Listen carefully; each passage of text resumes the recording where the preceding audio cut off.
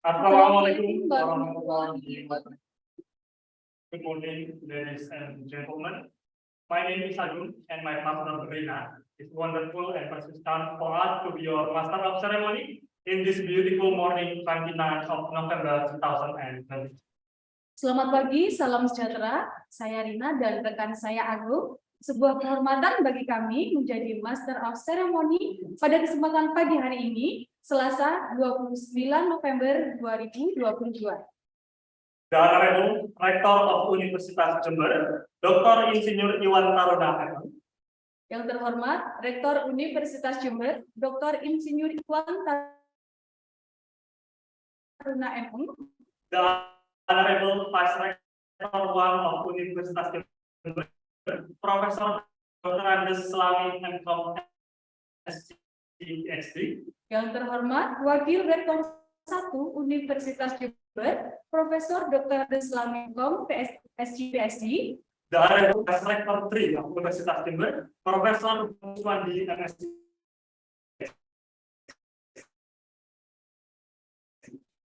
Yang terhormat, Wakil Rektor 3 Universitas Jember, Profesor Bambang di MSc.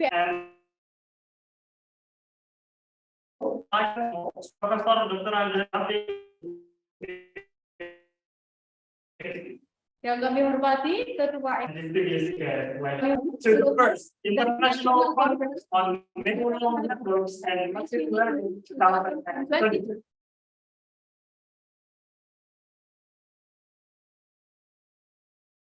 First of all, let's say thank you all for giving us guidance and mentorship so we can attend this event without any obstacle. And praise and salutations always upon our Prophet Muhammad Sallallahu Alaihi Wasallam. Pertama-tama, marilah kita panjatkan puji syukur kehadirat Allah SWT atas berkat dan rahmat-Nya lah kita dapat bersama-sama menghadiri acara ini tanpa ada kendala. Salawat serta salam semoga selalu terpanjatkan kepada Nabi Muhammad SAW.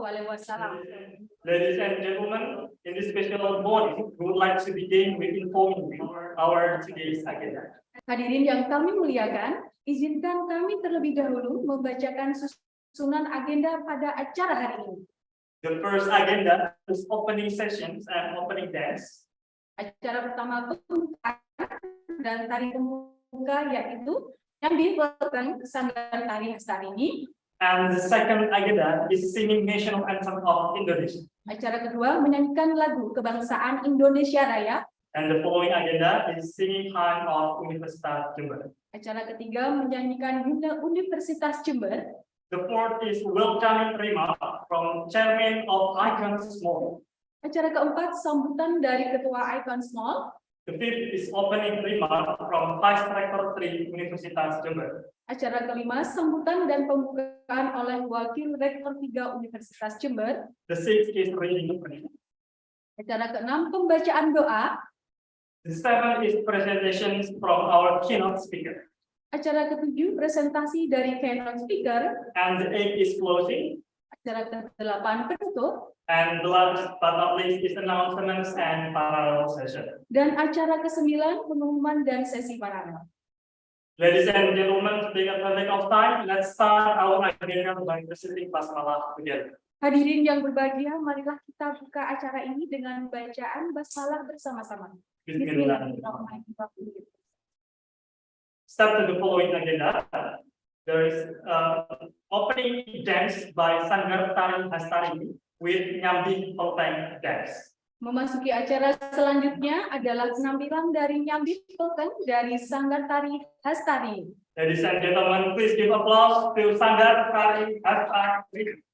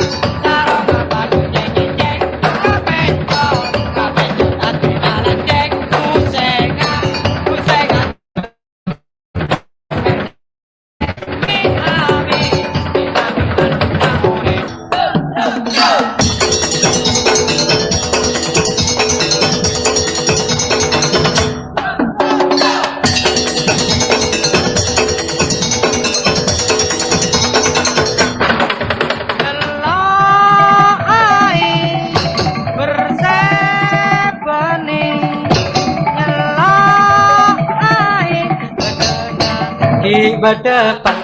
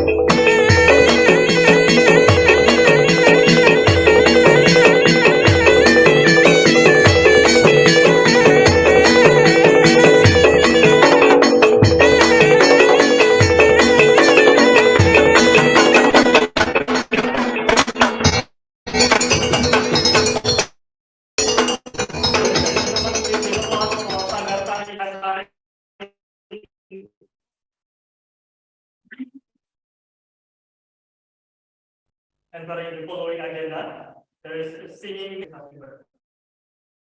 So to all ladies and gentlemen, please stand up. Acara selanjutnya adalah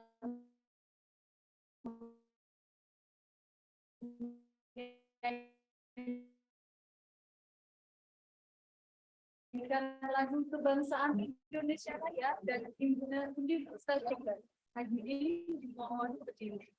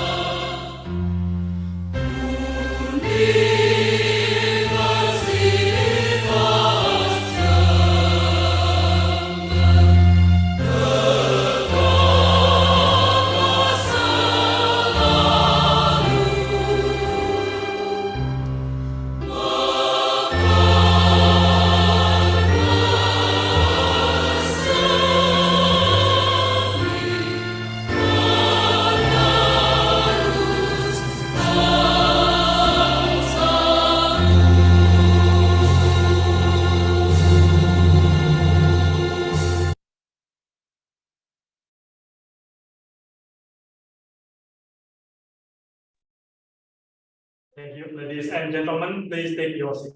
Hadirin silakan duduk kembali. Ladies and gentlemen, entering the following agenda is a welcoming remark by Chairman of ICONNSMAL, Professor Dr. David, MSc, PhD. Memasuki acara selanjutnya adalah sambutan dari Ketua ICONNSMAL kepada Profesor Dr. David, MSc, PhD. Kami persilahkan. To Professor David, the floor is yours.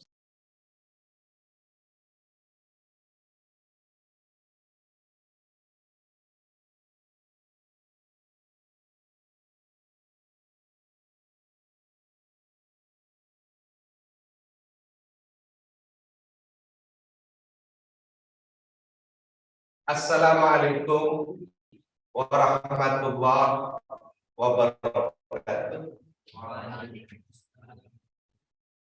Honorable Rector of the University of Jember, Honorable Deputy of Rector for Information Technology and Collaboration, Vice Rector 3, Professor Dr.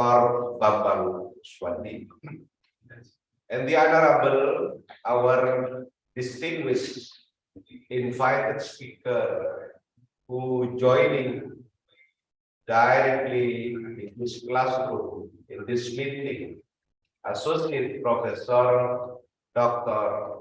R. Sundar from India, and all the invited speakers from Australia, from India, as well as from Indonesia, especially lovely participants who joining in Zoom meeting and also in this classroom. Today, I am delightful welcome all of you to the first international conference on neural networks and machine learning, which is organized by the University of Jember. This conference aims to be an annual conference gathering all the scientists all over the world to share their research networks. Even our research group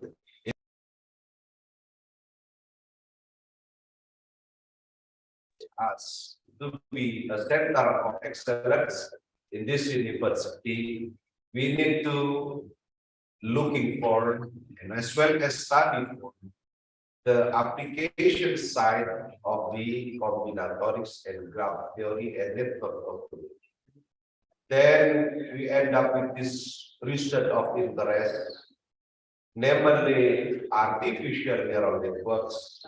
And right now we have done some collaboration with the agriculture scientists, robotics scientists, as well as information technology scientists. The presence of Dr. Sundar right now is the proof that we extend our collaboration from the combinatorics graph theory in the wide application and more application in the real world side. That's why we have Dr. Sundar, Professor Ade, Professor Nagamani, and others invited speakers. We also gratefully thanks to our rector, University of Jember, as well as his representative, Professor Dr.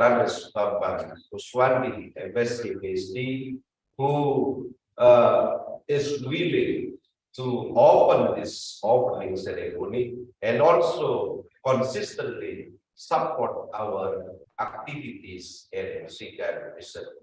Hopefully, this conference will be benefiting to all of you, and you will get some idea to share your research in the parallel session.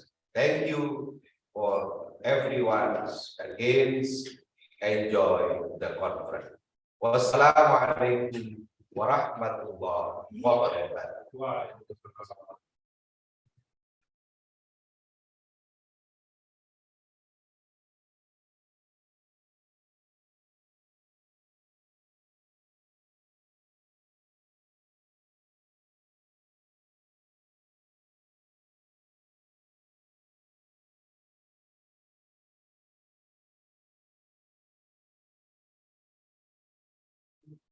Thank you very much, Professor David, for the remarks. Kami sampaikan terima kasih kepada Profesor David.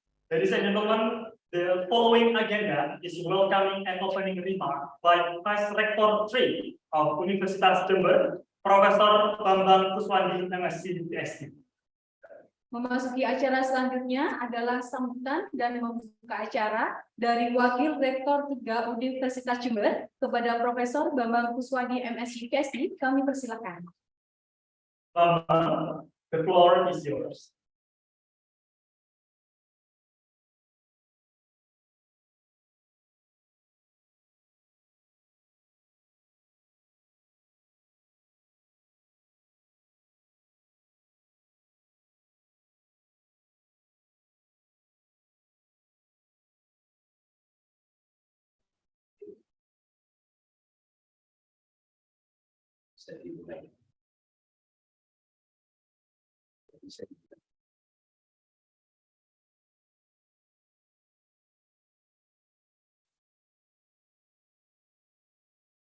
Assalamualaikum warahmatullahi wabarakatuh. Waalaikumsalam.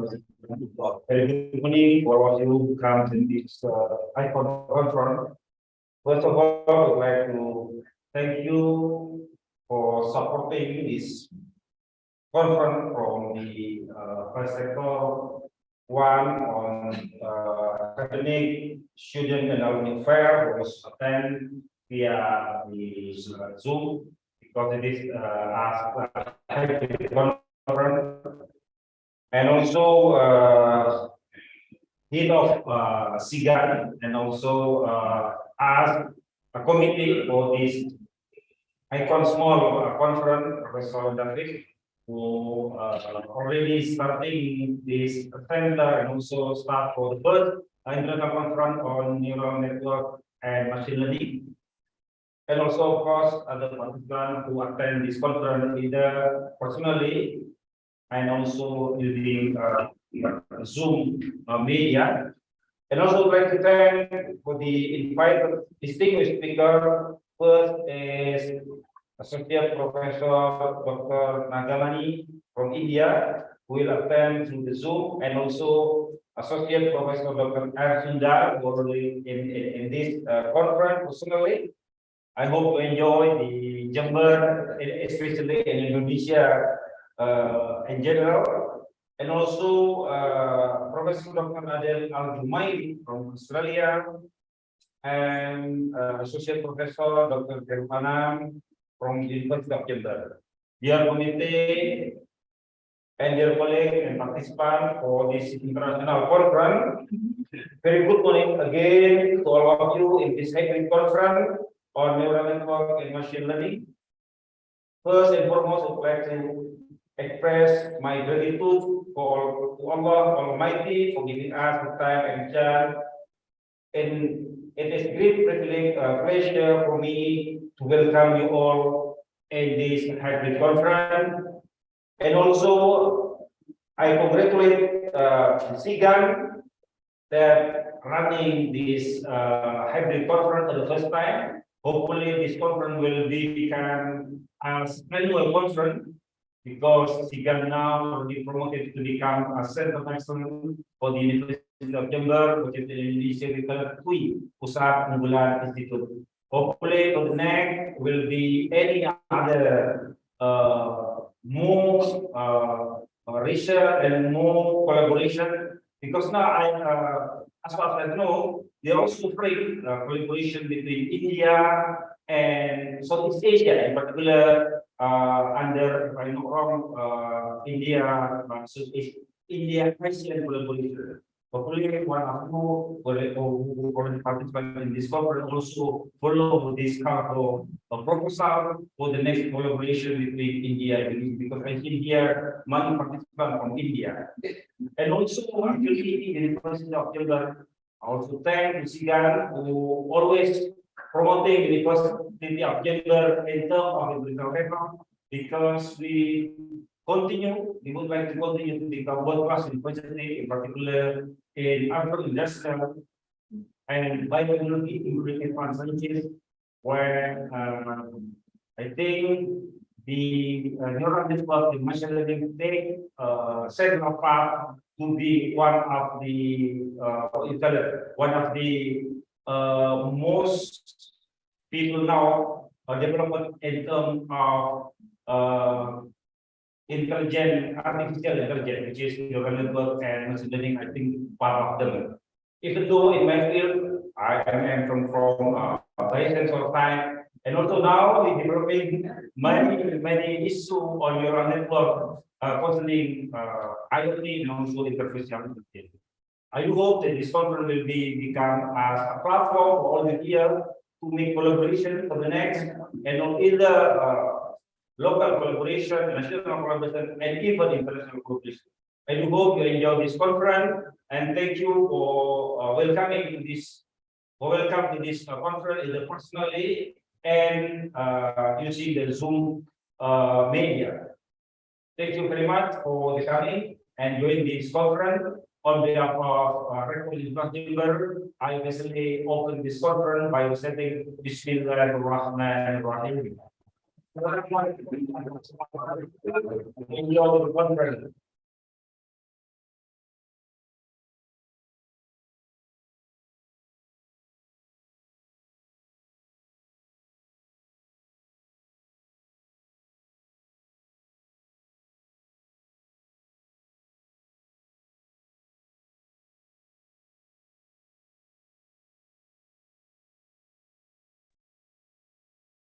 Thank you very much, Professor Bambang, for the welcoming. Kami sampaikan terima kasih kepada Profesor Bambang. Ladies and gentlemen, entering the next agenda is reading prayer by Zainur Rashid Ridho, SPD MPD. Acara selanjutnya adalah pembacaan doa oleh Bapak Zainur Rashid Ridho, SPD MPD. For Mr. Zainur, the floor is yours. Kepada Bapak Zainur, disilakan.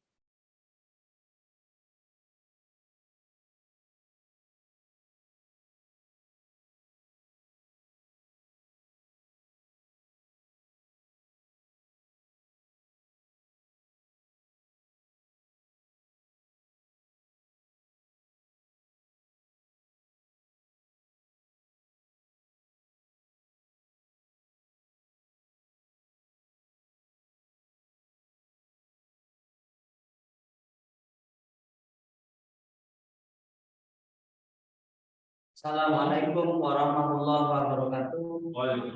Bismillahirrahmanirrahim. Alhamdulillahirabbil alamin. Hamdan syakirin hamdan na'imin hamdan yuwafi ni'mahu fi mazida. Ya Rabbana lakal hamdu kama yanbaghi li jalalika wa azimi sultanik.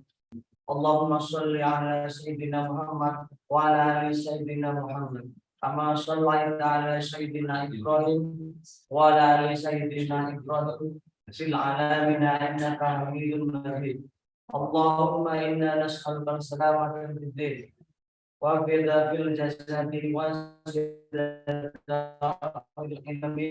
barakatan fil rizqi wa tawbatan qabla al-maut wa rahmatan indal maut wa maghfiratan ba'da al-maut. Allahumma awwin alaina fi safaratil maut والنجاة من النار والعفو عند الحساب. اللهم يسر لنا ولا تعسر.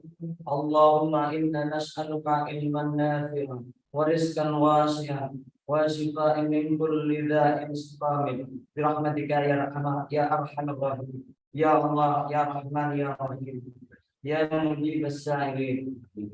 To you belong our praises. This morning we pray for your generosity to renew our hearts and our mind, so that we can receive useful knowledge about neural network and machine learning and application from this conference, the first ICONNSMAL 2022.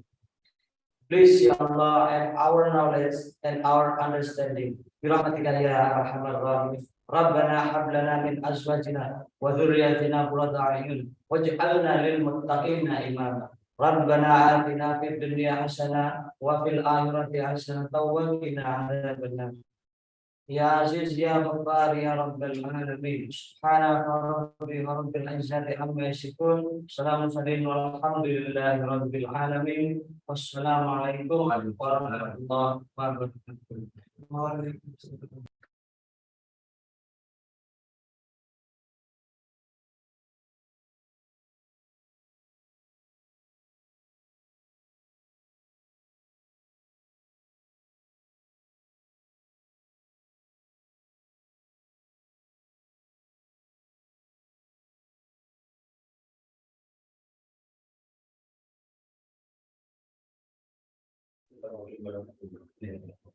Thank you very much for Mr. Zainul. Kami sampaikan terima kasih kepada Bapak Zainul. Ladies and gentlemen, we are now entering our main agenda, the plenary sessions by our three keynote speakers. Hadirin yang berbahagia, kita memasuki acara inti pada hari ini, yaitu plenary session oleh pembicara tamu kita. The first presentations will be given by Dr. R. Sundar, MSc, MTech, PhD. Presentasi pertama akan disampaikan oleh Dr. Sundar, MSc, MTech, PhD From Sadaya College of Engineering and Technology, India. dari Sarjana College of Engineering and Technology India. And the second presentations will be given by Professor Dr. Andes MSc, PhD from Universitas Jember, Indonesia. Presentasi kedua akan disampaikan oleh Profesor Dr. Andes David MSc PhD dari Universitas Jember, Indonesia.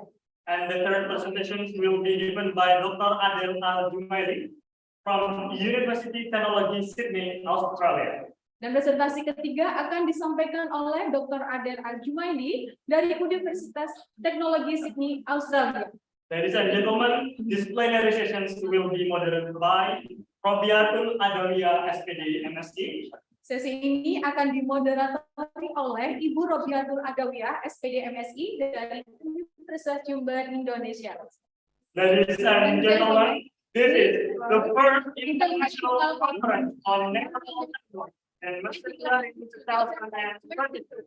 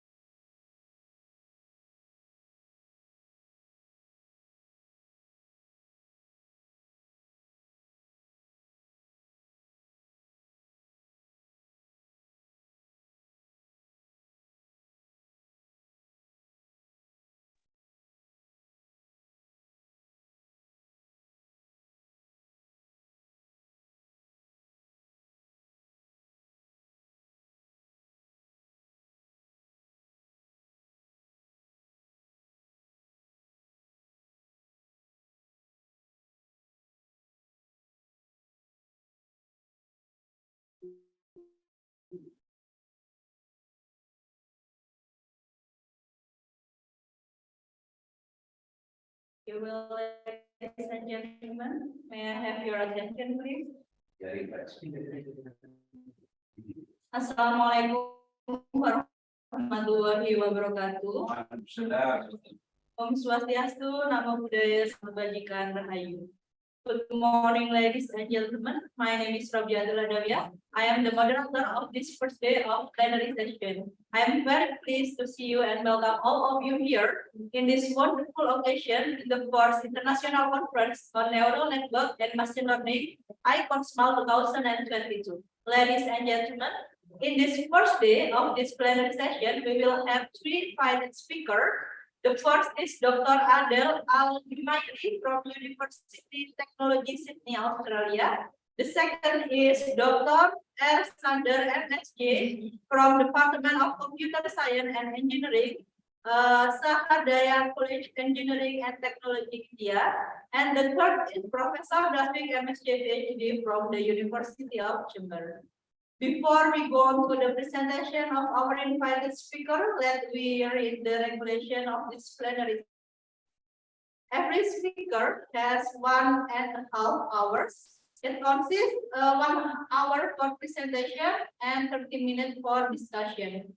If the audience has a question, you can ask directly to the speaker by using the raise hand features in the Zoom meeting. Let me call your name first, and then you can ask directly to the speaker. Please mute your microphone if you have no importance, and please do not leave the meeting until this plenary session ends. Well, ladies and gentlemen, now we go on to our first presentation of our invited speaker, Dr. Adel Al-Jumaili, who will deliver a talk about the applied machine learning issues case study for health technology. Hello, Dr. Adel, are you with us? Yes, hi, how are you? Assalamu alaikum. I'm fine. Walaikum salam. Okay, before we go on to the talk of Dr. Adel, let me read a short CV of Dr. Adel.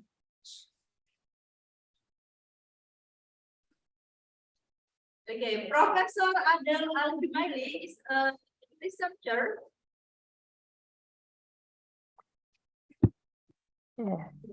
It's all right. More than 20 years experience. He has designed, taught, and coordinated more than 20 subjects and designed 2 degrees. His research area over computational intelligence, humanist computational intelligence-based technology, biosignal, image pattern recognition, and machine learning. He has published more than 230 peer-reviewed papers with high-quality journal and international conference. And he also has 6 best paper awards and 11 patents that's sponsored by industry. Okay, well, ladies and gentlemen, please welcome our first invited speaker, Professor Adel Al-Jumaili. For Professor Adel Al-Jumaili, the floor is yours. Thank you very much. I really appreciate it. Before I start, I'm wondering, can you see my screen, the slides? Yes, we can see your screen clearly. That's great. So today I'm going to talk about applied machine learning issues, and I'm going to use my research and my team research about use health technology as a case study to reflect how we dealt with the implementation issue. Just a small correction before I start, an idea about myself. I left UTS, I left University of Technology, Sydney. I am holding now 2 adjunct position in Australia, but now formally I am professor in France, in Anista, Britain University in France. And also I am professor, now physically I am in Brunei, University of Technology, Brunei. So I am holding now 2 positions, prof in France and prof in Brunei. So I'm not far from Indonesia anymore. That is great to be there. So For me personally, I have now 250 peer-reviewed articles that include 44 journal Q1, Q2, 3, Q10, Q3, and others high impact factor. I have best paper award 6. I have 13 patents that 3 United States, the last one was 3 international, 3 United States, which was the last one last year, 21, and 2 Australian and 2 provisional. I got a grant around 7 million, delivery many project, award and price 27, my citation 4,333 something, H index is 34. I supervise many PhD students, 17, and I got 2 supervision award. I am involved in many journals in and out, to editorial in chief and many as editorial board or executive editorial, including MDBI publication. I am a co-series editor for book with Tyler and Francis CRC publication. So I invite you, if anybody like to publish a book in the certain area, happy to take care about it. So I don't want to talk a lot. This is a good idea. So today I'm going to talk about introduction. Please, if you have any question or anything problem with the broadcasting, please let me know. So I am going to talk about introduction, background, what AI, what machine learning, what computational intelligence, what the problem of implementation, and what's the steps we need to take to implement, and what implementation issue. After that, I'm going to show some case studies that how we dealt with this problem to implement machine learning. So first of all, as introduction on the background, I think everybody what mean AI. AI is artificial intelligence, and now wherever you look around, you will find some type of application there, because now the application everywhere, starting from smart home, machines, smart cars that can think, military equipment, health equipment. So it's available, business, fraud detection, cyber security. So there are a lot of applications for AI, so I don't need to go in details. But what AI? AI stands for artificial intelligence. What we mean by artificial intelligence? Before we go for what we mean by artificial intelligence, let me introduce to you my concept about intelligence. Okay, let me use an example. If I am, let me say, assuming I am the class, and this class attended by 30 people or 30 students or in seminar, and I say a joke, and everybody hear the joke, laugh on the joke, but just 2 people start laughing, one after 10 minutes, the other one after 1 day. So can we classify them as intelligence or not? If we come for the normal definition of intelligence, intelligence shall acquire or should acquire the data or the information, should process it and understand it, and should act on it. So 3 things: get the data or understand what's said, process it, try to understand it, and take action. So if we are going to classify, or we are going to take a measure, and we say these people who laugh on the joke after 10 minutes, and another one laugh after 1 day, should be intelligence, because they got the joke, they understood it, and they act. But there is a time delay. So my understanding for artificial intelligence should not just understand, receive, and process and understand and take action. Should be act in the given situation in the given time. So we should consider the processing time and action. Otherwise, we will be we cannot put it under artificial intelligence concept. This is my understanding. A lot of people say yes or no, but my understanding is not necessary for the time should be immediate. It's based on the application.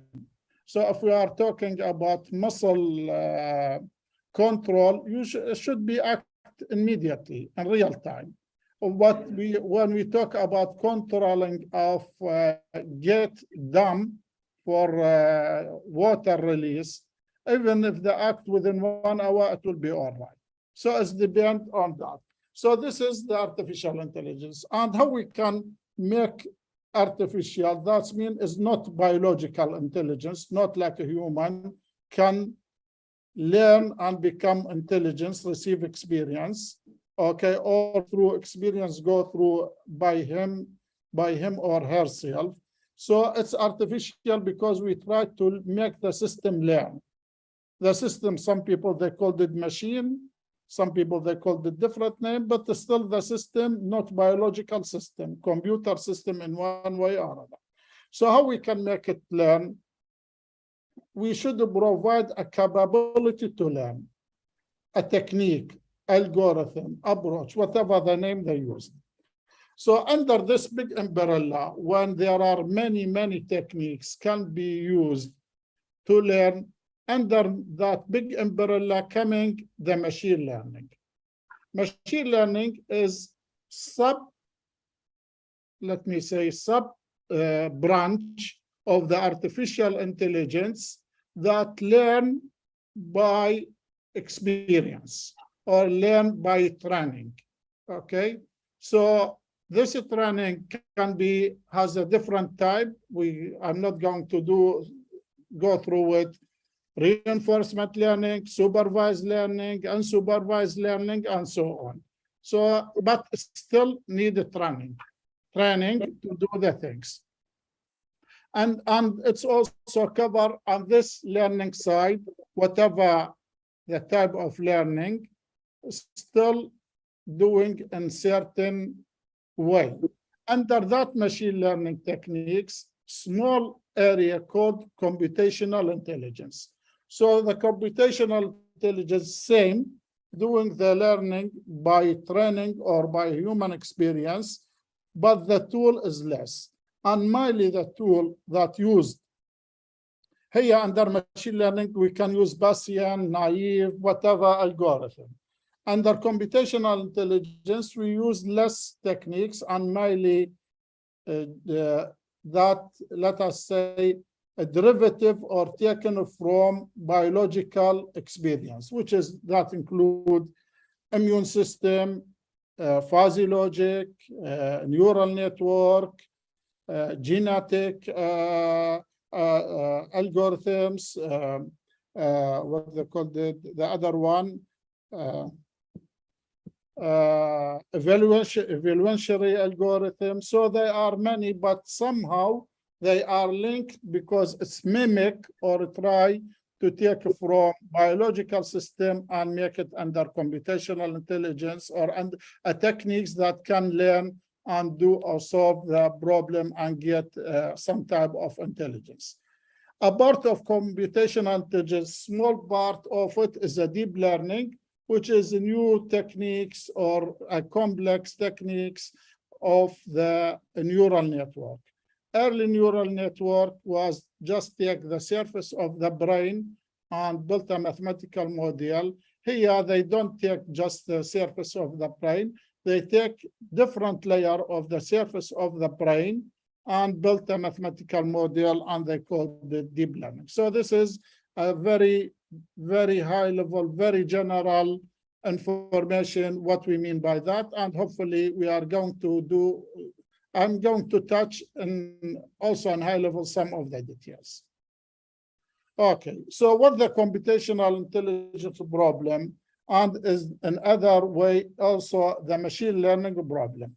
The common problem that can be used for machine learning, computational intelligence, deep learning, 4 types. Okay, classification, regression, clustering, and rule extraction. Classification, I have a data. I want to separate it into classes, or I want to separate it in 3 classes. As example, I have an email. I want to know this is spam or not spam. I have a medical photo. I would like to know this is a cancer or not cancer. I have a house, a few photos or image of house. I try to find out this is big house or small house, and so on. So I know what my data, and I know what expect outcome. So I can separate them. I will ask the machine to separate them in certain, let me say, groups. We call this a group, usually we call it the classes. The other one is regression. The regression is predicting, okay, what will be the future value. Is not a class, it's a value based on the historical value. Like, I'd like to see, I'd like to know the share price after 1 year. So I am going to analyze the data for that share for maybe a few years before, and try to put the model of it. There is linear regression, non-linear regression, a lot of things. Put in your mind, there are a lot of factors entering here. It's not just built on the history. Okay, maybe political action and so on. Or I'd like to know how much I can rent a hotel room after 5 years. So I have to put in my case how much the inflation, how much the increase in the prices, how much the depression in the hotel, how much depression in the furniture, as the area still have a lot of interest, and so on. So this is a regression, looking for a value. Clustering is another way of classification, but the clustering here, we don't know how many classes will be there, or we don't want to specify the classes. Like I give a system of photos, many images, okay, and ask the system to separate them. So the system should find a relation between the data inside the photos and try to put them in the groups that the system think it will be have a good representation. So clustering, in other words, you need to specify how many clusters, but you don't know the relation. So let me say the system will take, or the machine learning computational will take 10 photos and going to separate them. How we are going to separating them? It's based on the appearing of a person. If I am in this photo, they put it aside. If my sister in the other photo, they separated in other places or another group. So it will find the relation between the photos and separate them. This is what we call the clustering. Rule extraction, like find the hidden relation between the data and the outcome. Let me say, if you go to supermarket and you find they put a bread next to the Pepsi. Why they put the bread next to the Pepsi? An example, because they found out that most of the customer who buy bread buy Pepsi. So what they are going to do, by the way, I'm not supporting any soft drink, but this is just an example. Okay, so that means they find a hidden relation between the data and they try to build a rule based on that. So this is the most common for application. Okay, about recommendation system, about reinforcement learning, whatever any other things can be somehow under these 4 classes. So now, how we are going to use this computational intelligence? If you have a problem, or you think you have a problem and you want to use machine learning, what should you consider? First of all, you should ask yourself, is this a problem, computational intelligence, machine intelligence, machine learning a problem or not? Okay. Why? Because sometimes if you know this, okay, let me just highlight a little bit here. Machine intelligence, I said, computational intelligence, many of them take from the human or biological system and built a mathematical model. This building mathematical model is going to work, okay, in all application. We called it universal model. So it's not mathematically built to deal with a certain problem. So let me say neural network. Neural network as a representation for a neural system, when we do it in mathematical model, it can work in business, it can work in engineering, can work in medical, can work in any application. It's still same equation, okay? It's become like from the brain. You don't need a new brain to deal with the image, with your sight. You don't need a different brain or different process to deal with the touch, with the hand touch, to recognize. You don't need a different brain or different place of a brain to deal or analyze the sound, hearing. So testing, it's same cells doing different jobs through its concentration. So here the idea is same. We called it universal system. You don't need to modify the equations to make it work. Okay, so here saying that, I will come more example later. So if you have a ready mathematical model that can solve for you your problems, you don't need to go there. Okay, if you think it's out of the scope, is not belong the what I mentioned, the common classes, avoid that. So you need to know, is it computational problem or machine learning problem? First, what the element, understand your problem and determine under which class of the common classes. Is it classification? Is it clustering? Is it regression? Is it rule extraction? So you need to know. After that, you should find out what the other have done. Don't ever start from scratch. If you cannot find somebody done in your same area, exact area, try to find it close to your area. After that, you should, because this will save for you a lot of time and skill. Okay, and in this case, you're going to, because machine learning, the same concept is not working as it is, because let me say in neural network, there are many types.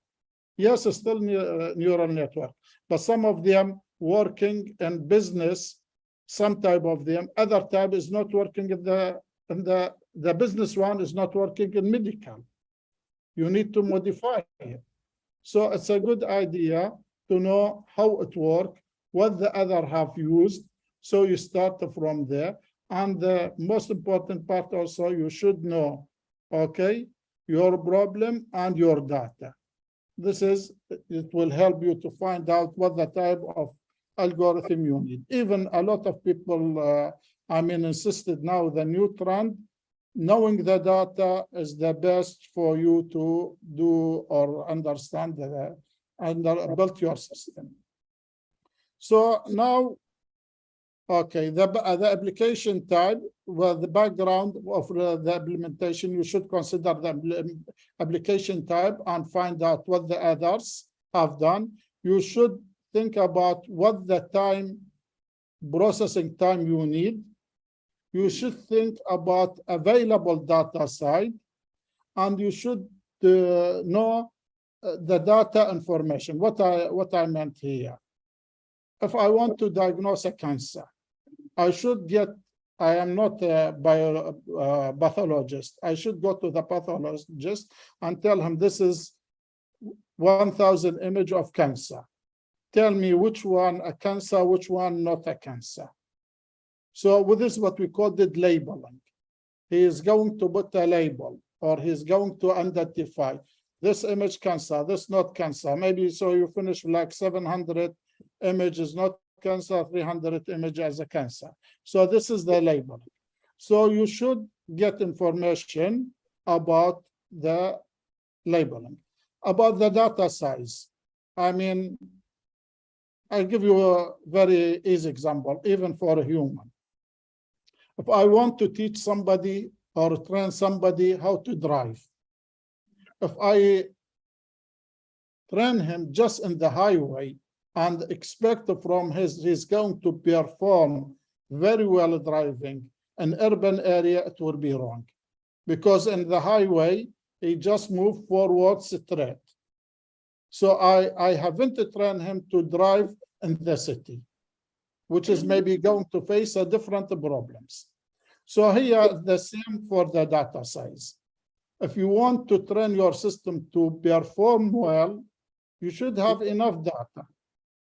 And that data, when we say data size, normal machine learning, some people now they call the shallow machine learning, the data size is less than the deep learning. Deep learning we need in thousands. Even now I acknowledge the transfer learning, but still need a lot of data. So real-time processing, okay, how much time you need is based on your application type and so on. So this is the implementation issues you should consider. In health technology, the real-time processing, we need to consider two things, the time limitation and the processing power. Most of the health technology is somehow wearable devices or has less computational power. I mean, is not has a cloud or don't has access to cloud or because it's cost, or it not has, let me say, big computer, big processing unit of computer. So there is a limitation. And time limitation, if we are talking about rehabilitation wearable robot, we need the robot to act as the human think. In the same way that the human have intention to do the movement, the robot should act. Is not good, the robot will move the hand after 5 seconds or 10 seconds. The user never going to use it. The data side, most of health technology data is a small size. Okay, so we need to find a way how we can deal with the small size or unbalanced data. We like, I say an example, with of 1,000 image, maybe we have 50 or 40 a cancer image. So the data, the system will not train well because it's unbalanced data. Okay, or small size of the data that we're looking for. It's same for fraud and cybersecurity, like a fraud transaction and the Visa card. Maybe it happened daily, 10 million transaction, maybe 1,000 of them is a fraud. So how you are going to train a system if 10 million is correct transaction? So this one, and labeling and non-label or double label. I face a problem. I go for a pathologist. In the morning, he say this is a cancer. Afternoon, he say it's not cancer. We go to two pathologists and tell them, what do you think? One say is a cancer, one other one, he say it's not a cancer. So there is what we call the double labeling or double labeled. And like I give you an example from AIDS treatment, the HIV, okay? There are in the United States 4 baths to deal with any AIDS patient. Until now, they couldn't find 2 medical experts recommend same bath for the same patient. Each one recommend a different one. So this is what we call the labeled or double labeled or not labeled. We are dealing with this problem. This is the common things. Now I'm coming for the application and try to deal with it. So one of my application is the rehabilitation device system. I took almost half an hour now, so I will speed up. This is our idea. Can we build a state-of-art technology for wearable device that can help the human for recovery after stroke, brain stroke? Can we make it cheap? Can we make it interesting to deal with it? Can we can the therapy done without physiotherapy or at home and with minimum supervision? So this is the aim. So what we have done, the ultimate goal, we try to bio-driven a control system. What we mean, we want to use the muscle signal to control a wearable robot that will help the stroke patient to do the exercise. Let me just tell you what a stroke. Stroke is mean there is a problems happen in the brain, and part of the brain was damaged because a blood has covered that area and make it damage. It happened maybe because high blood pressure and one of the arterial in the brain, let us say exclude, or let us say damaged, and that the blood cover that area of the brain. Okay, or maybe there is some issues with the brain that cannot reach a blood of it. So in other words, in one word or other, a damage in the brain because the blood cover that area and kill it. So and in this case, half of the body, most of the stroke patient, half of the body is paralyzed, either right or left, depend where the damage happened. So if the damage on the left, the right side will be paralyzed and vice versa. So in this case, it's need to do exercise. The physiotherapy come and touch get the hand of the human, which is paralyzed, and try to make a movement for the finger, for the hands. And whenever he make daily used activity like holding a cup, open a door, whatever, this will rebuild the neural system and make the brain allocate a new area to make the control. More exercise, fast recovery.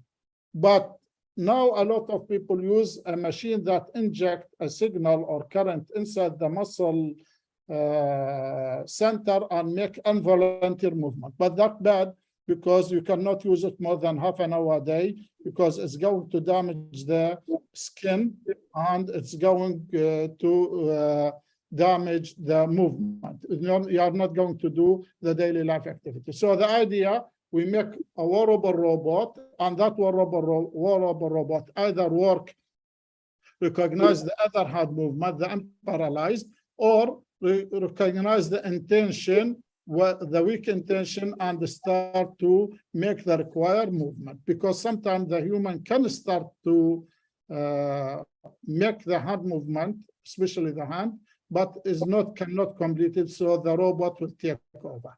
So the idea, we try to get a muscle signal, and we try to know what the type of movement this required, and this can be used for rehabilitation, for people with weak muscle, for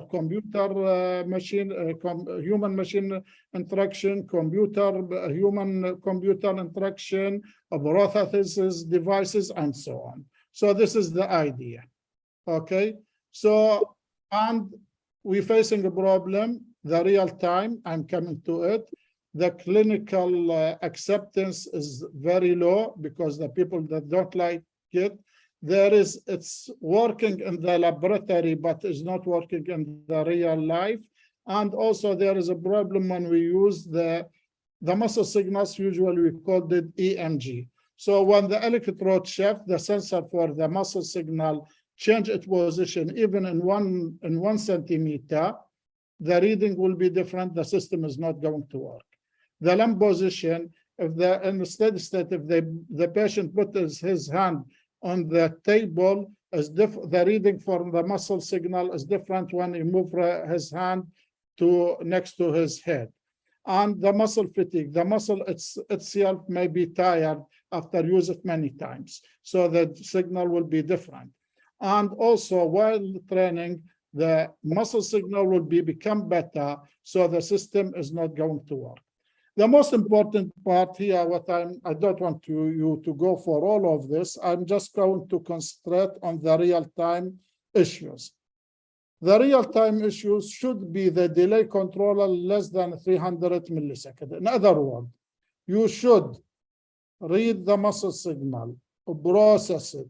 You should know the intended movement, what the type of movement the human want to do, and send the signal to mechanical system, the wearable robot to act. All of this should be happen less than 300 milliseconds. And the optimal delay for the processing should be done in 100 and 175 milliseconds. So this is your time limit. This is the time you should work with it. Otherwise, your system is not working. So what shall you do to make your system reading or acquire the signal, process it, take action in 175 milliseconds? So this is the problems that I am telling you about it. So what we have done, I don't want to go a lot of these things. It can be found in my publication. This is one of your colleagues done that work, but now we improve it. This is by the way, we need to use also minimum sensors, because the people, they don't like a lot of sensors. This is on the left side, is this old sensor, big one. Now we have a sensor with the end of it, very small one, and we successfully done recognition in real time, 10 type of movement of the hand movement, each finger movement alone, combine fingers, and open and the close of the hand. And we use the same sequence for the shallow learning: data acquisition, pre-processing, feature extraction, feature reduction, classification, and post-processing, and we find out the movement. So what we have done here, we try to find the best high process features, which is we pick up the time domain because it's easier, and auto-regressive hero time, and we use a window length 100 millisecond, and the increment is 100 millisecond. The overlap, I think in that time around 30 milliseconds something. Okay, so this is the features that can be processed fast. If somebody have a question later on what the features, I can explain it in a nice way. So what we utilize linear discriminant analysis as a classifier or reduction for the features, utilize SRDA, and we develop for classification spectral regression extreme learning machine. Extreme learning machine is a type of neural network that not need a lot of data or pre-data knowledge for training. And we use extreme learning machine because it's kernel based, like support vector machine, a radial function, and can have a different function, and it required, by the way, it's kernel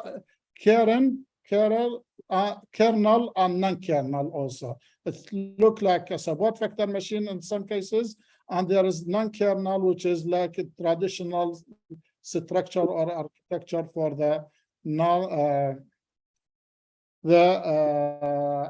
network. So we develop swarm ALM, extreme learning machine. We develop particle swarm optimization neural extreme learning machine. Why we use extreme learning machine? Because we found is the fastest computational intelligence can work with less data and can work with our time relation or our time limitation, which is around 175 milliseconds. Okay, and we develop a lot swarm wavelet swarm, wavelet, ELM also, all of them to solve the problem.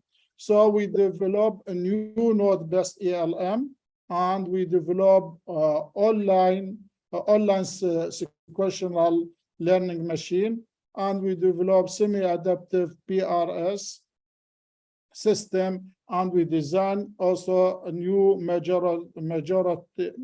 majority voting system. So this is the result, and we reach around 94%, and this is offline classification, and this is also offline classification, and this is in steady state and moving transition when the hand is moved, and this is the online classification. It will be work online.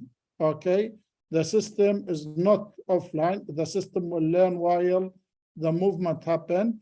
The accuracy is less, 85%, and this is on the daily basis movement.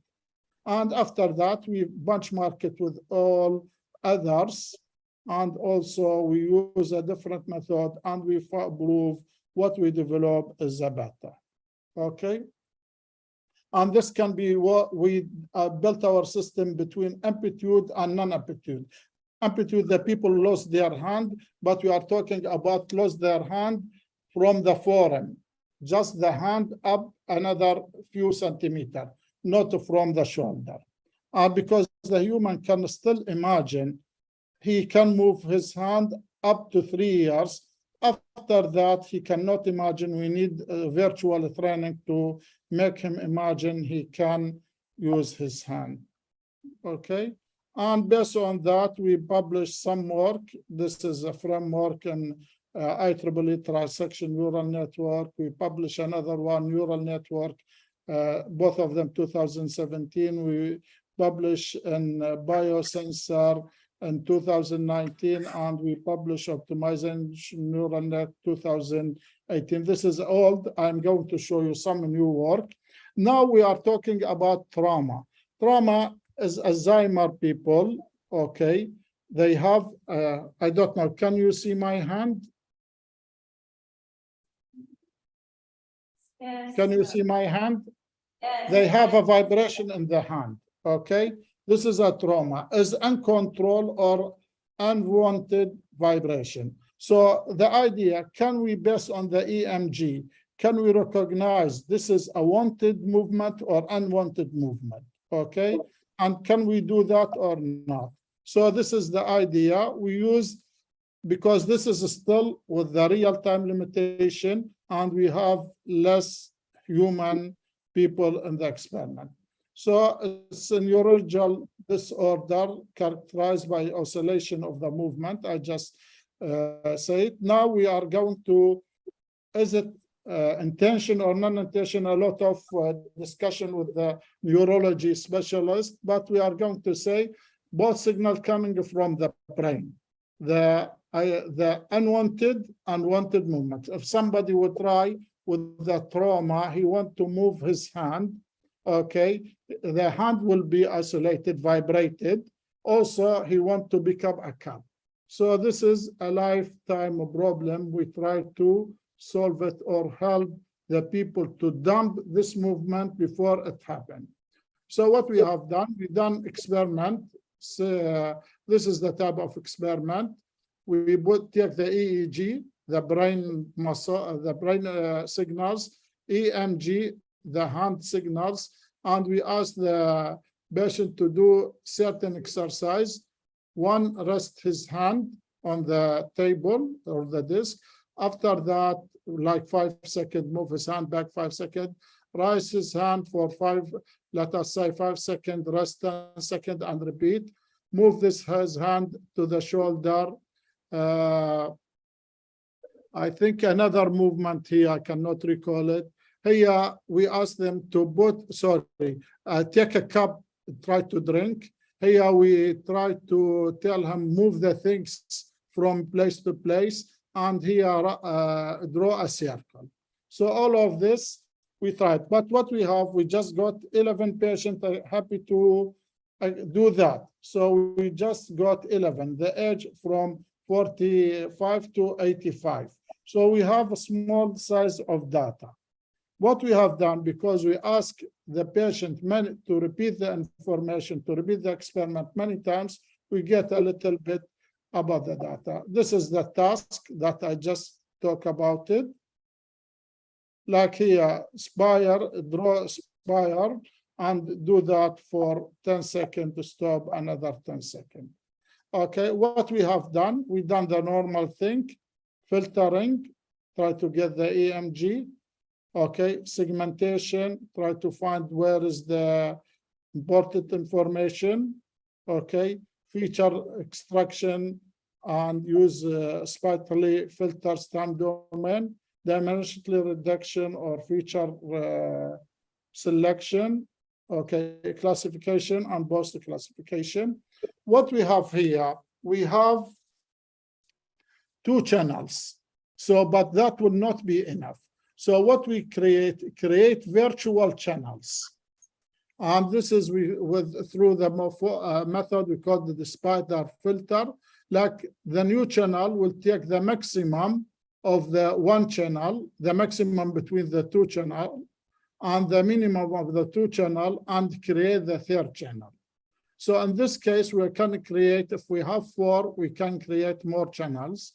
So in this case, it will be 4 by 4 minus 4, 16 from 4 channel, but we can get 4 by 4, it will be 16 minus 4, it will be 12 divided by 2, become 6. So we have 4 channel, we create or we built another new 2 channel, which is mean another 2 signals. And in this case, we increase the data from 4 channel, from 4 sensor, make the data like we have it from 6 sensors. Channel here represent the sensor reading. Okay, and by that we prove that what we develop with our own, okay, it will be a better performance because we have a bigger data than this. So in this case, we're dealing the shortage of the data or the data size problem by creating a new data that can work. This creating new data has a different things, augmentation of the data, augmentation of the features, but we move to the raw data increasing size. So this is, and we prove we reach 98% accuracy. And this is some other accuracy we are talking about it. And here also we develop some time domain features, so increase the accuracy and also increase the method. I don't want to stop here, but see, here we test with ELM, support vector machine, linear discriminant analysis. Here, for this application, we found support vector machine perform better than ELM.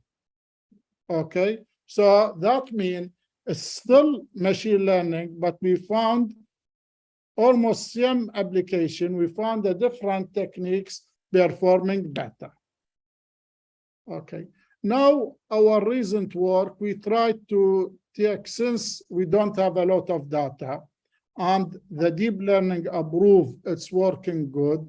So in this, we're trying now to get mixing of the machine deep learning and shallow learning or normal machine learning. And what we have done here, we take an idea and we develop a new algorithm. One of them in our publication, short long-term memory, we develop it in normal machine learning. And another one, we used wavelet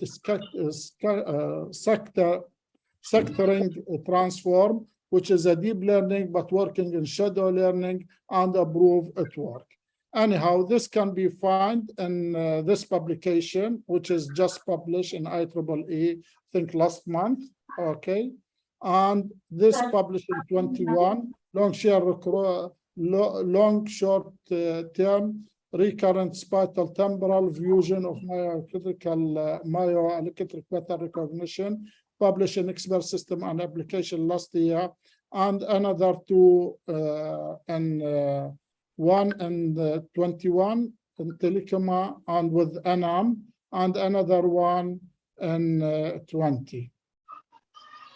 So this is one. The other way is a small size labeling and unlabeling data. So we use this for cancer detection. How we can, if we are not sure about the label data, how much size of the label we have. How much time I have?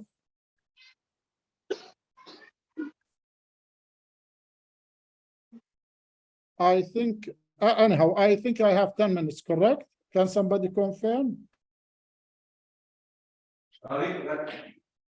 How much time I have?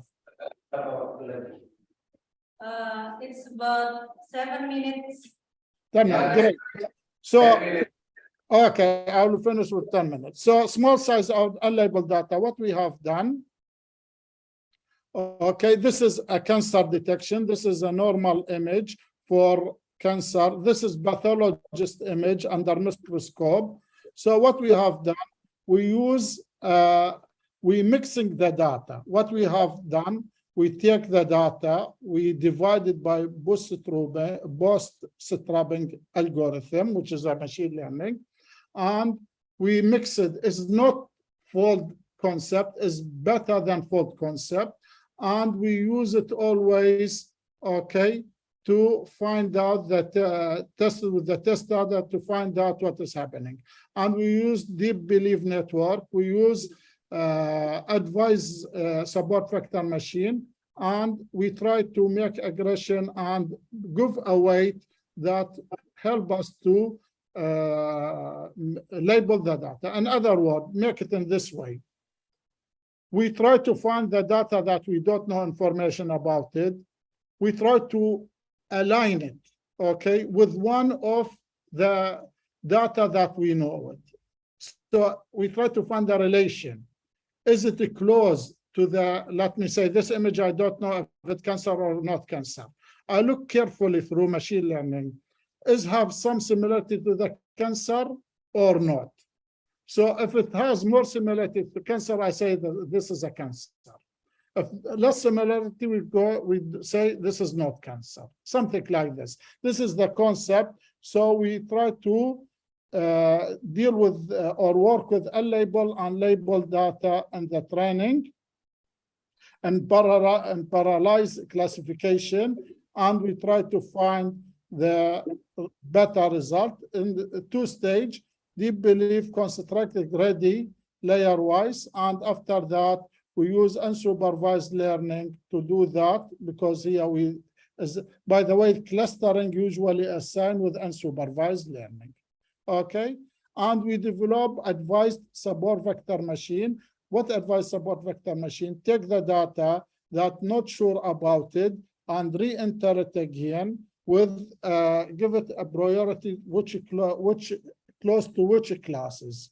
So, and this is the whole concept about it. It's published in many applications. First application was in early one in 2015 about semi-advanced evaluational, and the first one proposed a knowledge-based journal Q1, which is about we use it for sleep apnea, but later we use it in many applications and cancer detection. Okay, the data augmentation. We have a small data size. We need to increase data size, and we try to find out what the best way to do that. We do that with the autism. Autism, you don't have a lot of people have autism, kids, and the autism has also a different side. So what we have done, we built a system that will be augmented the feature itself, and we test it. And this is a type of augmentation. By the way, there is a deep neural network augmentation augmentation of the data, but that different. And this is a tab. Like this photo, I can sweep it, I can change the angle and create a new image. So this is the data, but this is what we done. We take from the 30 sample and we increase it to more than 10,000, okay, from 2 classes.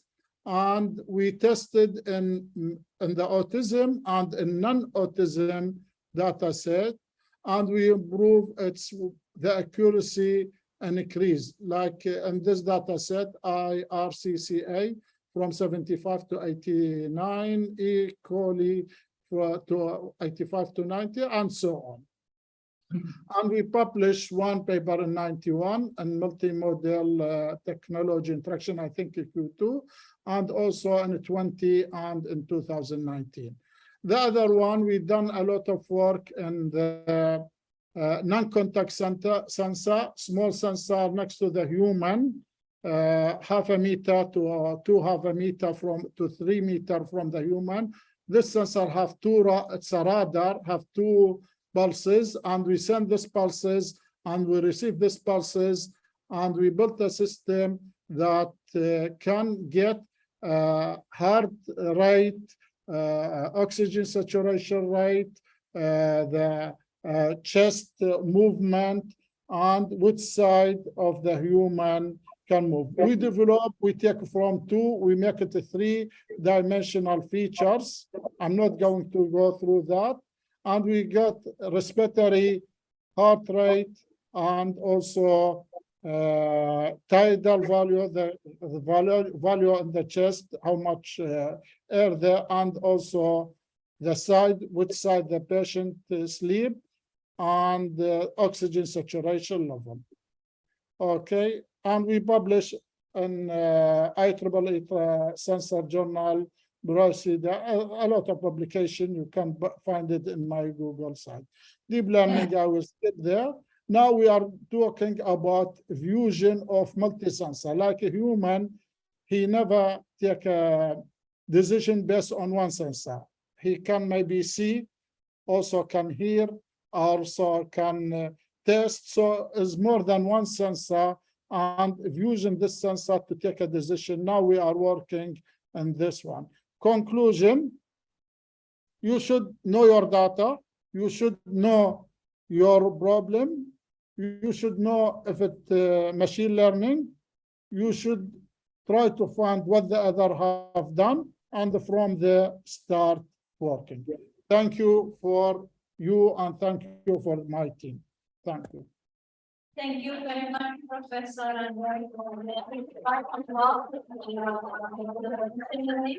Now we go on to the discussion time.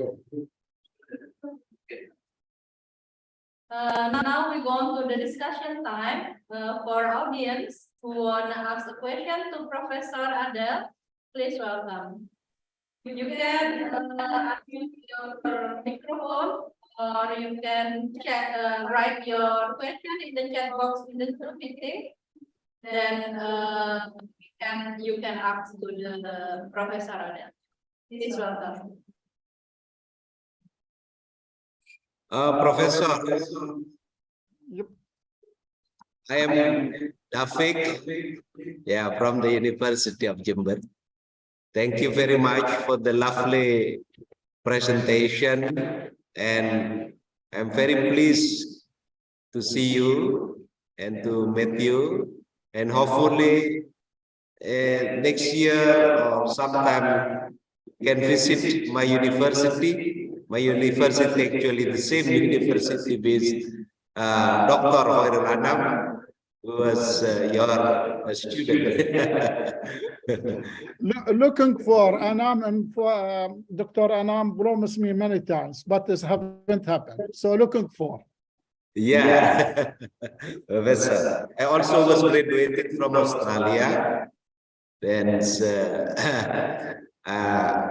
now some place in Australia as well. Professor, my question is, if you use, for example, biosensor for head technology in a machine learning, in Indonesia, sometimes it is very hard to find out the data if the data dealing with the human being, because we need to have a lot of process. How do you easily get the data if you use biosensor to have the data? No, yeah. If it's in Indonesia, a lot of a process in Australia worse. Yeah. Because the ethical approval, we suffer a lot to get ethical approval. I mean, this is trauma. We spent almost 1 year, and in the end, the neurology, the medical doctor, he got the approval for us. So it's difficult, but lucky now there are a lot of researchers make their database available. So now most of my database somehow in one way or other available, excluding the radar one, because that belong to the company and the company has a right, so I cannot release it. The good side of it now, you can start with a lot of available data, saying that is not really let you have your data. So there is no other way. You need to go through the ethical approval and get it. And I know it's a headache. One of the ethical approval I faced, they returned for me more than 4 times with the children hospital. We try to use infrared sensor, and the committee, they don't know the infrared sensor, how much maybe affect the kids. In the end, I give them example. I tell them is will be affect them less than the remote, the TV remote control in the home. The TV remote control use infrared. We were going to use safer than this infrared. So they approve it for me. But you know, they return it 4 times for me. Okay. Each 1 month, they ask new questions. And we try to make it simple. So you don't have a choice. It's ethical approval, you should go through. But again, try to start if possible or in parallel, try with available data until you get your own data. Thank you very much. Very nice. Very nice. Yeah. Pleasure. Thank you. Thank you very much, Professor Adel, for the answer. Any other question from the audience? Professor, good morning. Am I audible? See. Okay, Professor, another question from Prof. Sunda, Dr. Sunda. Hi, Dr. Sanan. How are you? Professor, good morning. Morning. Happy to see you in this conference. Thank you. Yeah, your research is very impressive one in the field of neural network. So I have few queries from the presentation.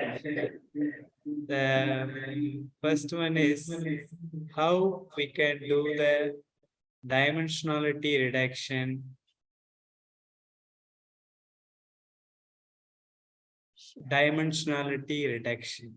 Yeah, How we can.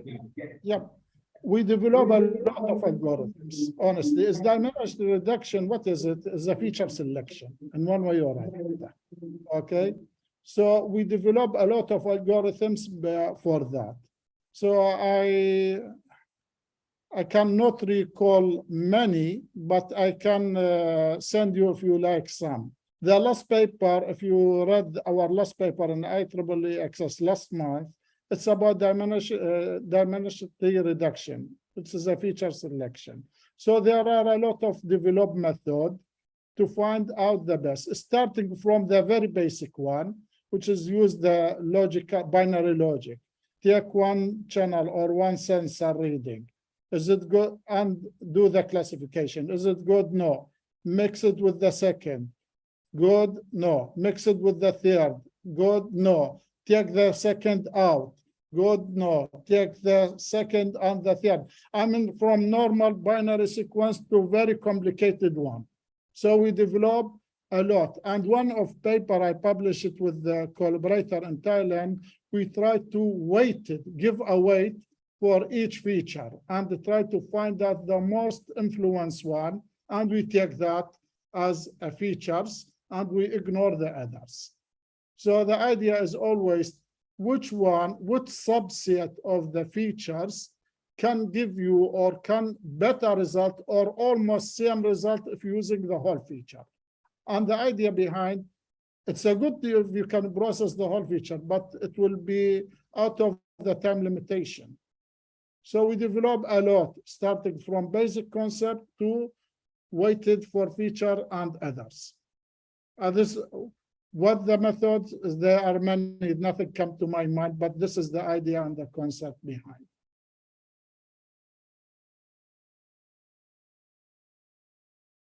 Actually, I can hear me. Actually, I am Sundar from India. I came to the first international conference held at the University of Jampa. Professor Dr. Jafik invited me for the keynote speaker for this conference. So future, I may expect you for the physical visit in our campus, and we may have a collaboration in the field of deep learning as well as graph neural network. I'll be more than happy. I'm more be happy. It will be my pleasure. Okay. Okay. I just delivered in Indian conference, I think last week, also a speech, but in different title. So nice to talk to you, Professor. Thank you so much for your positive. The pleasure is mine. Thank you very much. Thank you. Thank you. Thank you very much, Professor Ade. Any other question from the audience?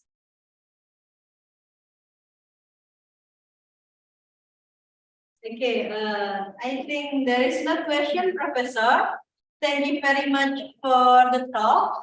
Now I will read a short concluding remark about Professor Adel's talk. Yep. Okay. I think I just like to apologize because today we need to submit the marks, the exam marks. I haven't finished it. Okay, so maybe I am going to leave my deep apologize. But I said I should deliver the speech. Thank you. okay, thank you so much, Professor Adel, for the talk. Please give a round of applause for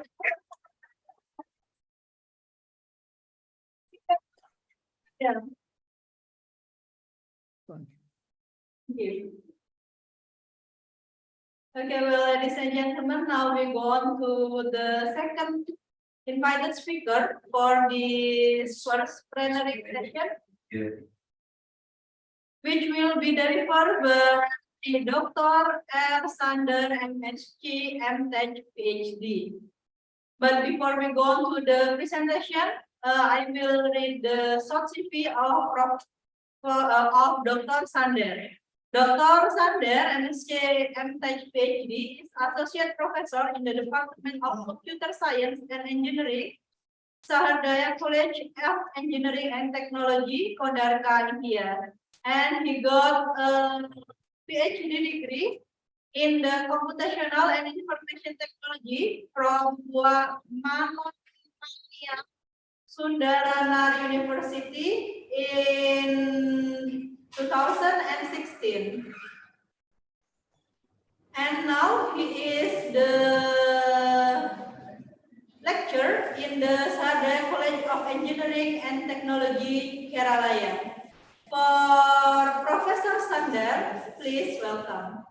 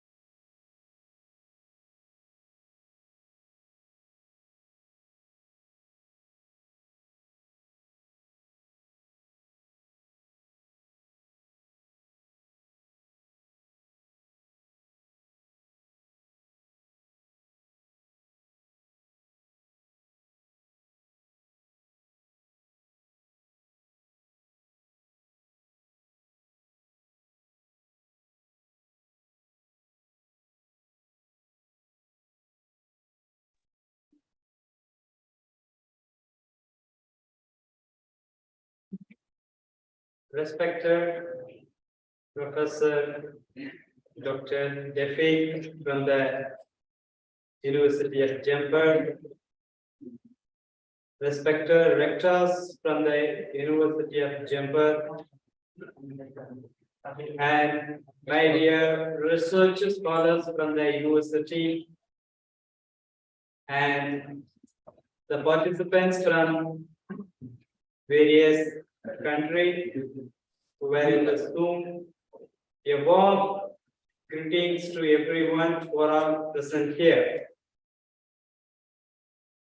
Myself, I'm Dr. Sundar, professor from Sagadaya College of Engineering and Technology, India. So I'm really happy to be a part of this first international conference on neural network and machine learning.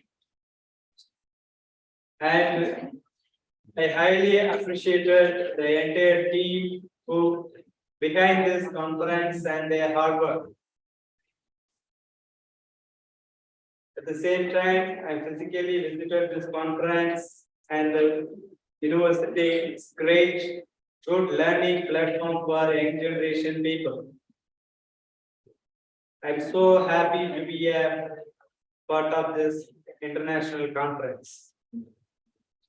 So, my dear participants, here I am going to present my research in the field of deep learning.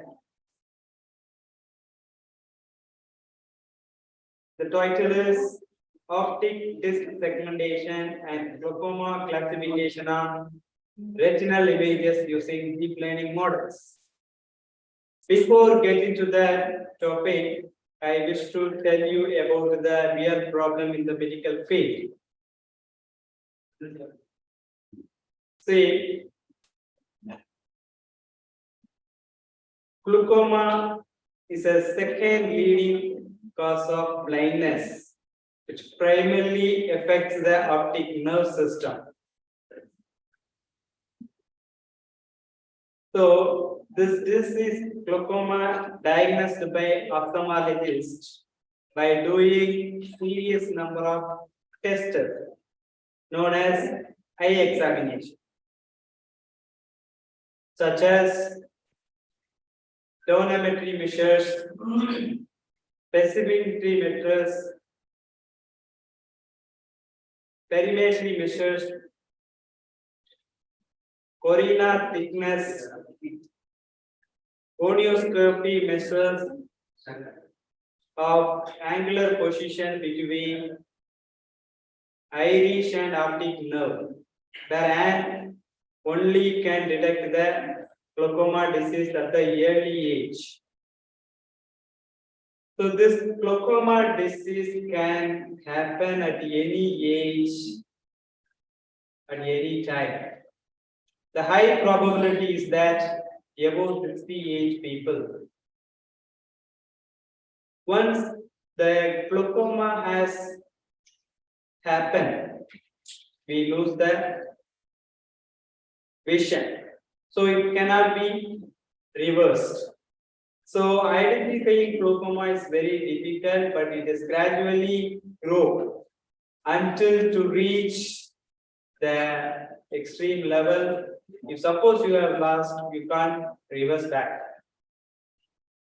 So for identifying this disease, we need a qualified specialist. We need qualified specialists, like a doctor in the specific field.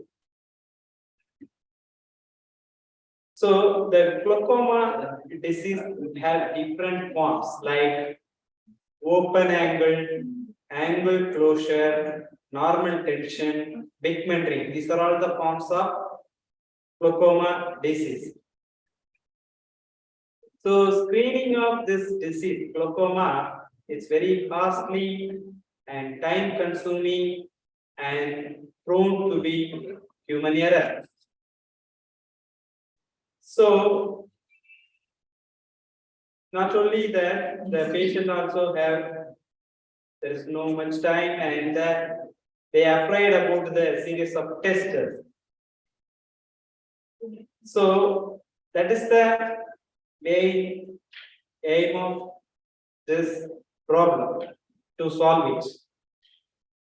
Okay, so developing a computer automatic detection system for glaucoma, which will give the effectiveness, accuracy, rapid, and eliminate the human error. So we plan to develop a system, computerized system, which detects the glaucoma. That is what our motto. So this glaucoma disease prediction can be in the two stages. The first one, segmenting the optic curve and optic disc by using calculating the distance of optic nerve and ratio, we can diagnose the glaucoma. Second thing, applying the deep learning model to classify normal and glaucoma images in the retinal data set. So this is what the problem description and the way of approaching the problem. So we'll see the introduction, related works over the period, materials and methods, evaluation and results, and conclusion. That's what the chart I have planned for this presentation.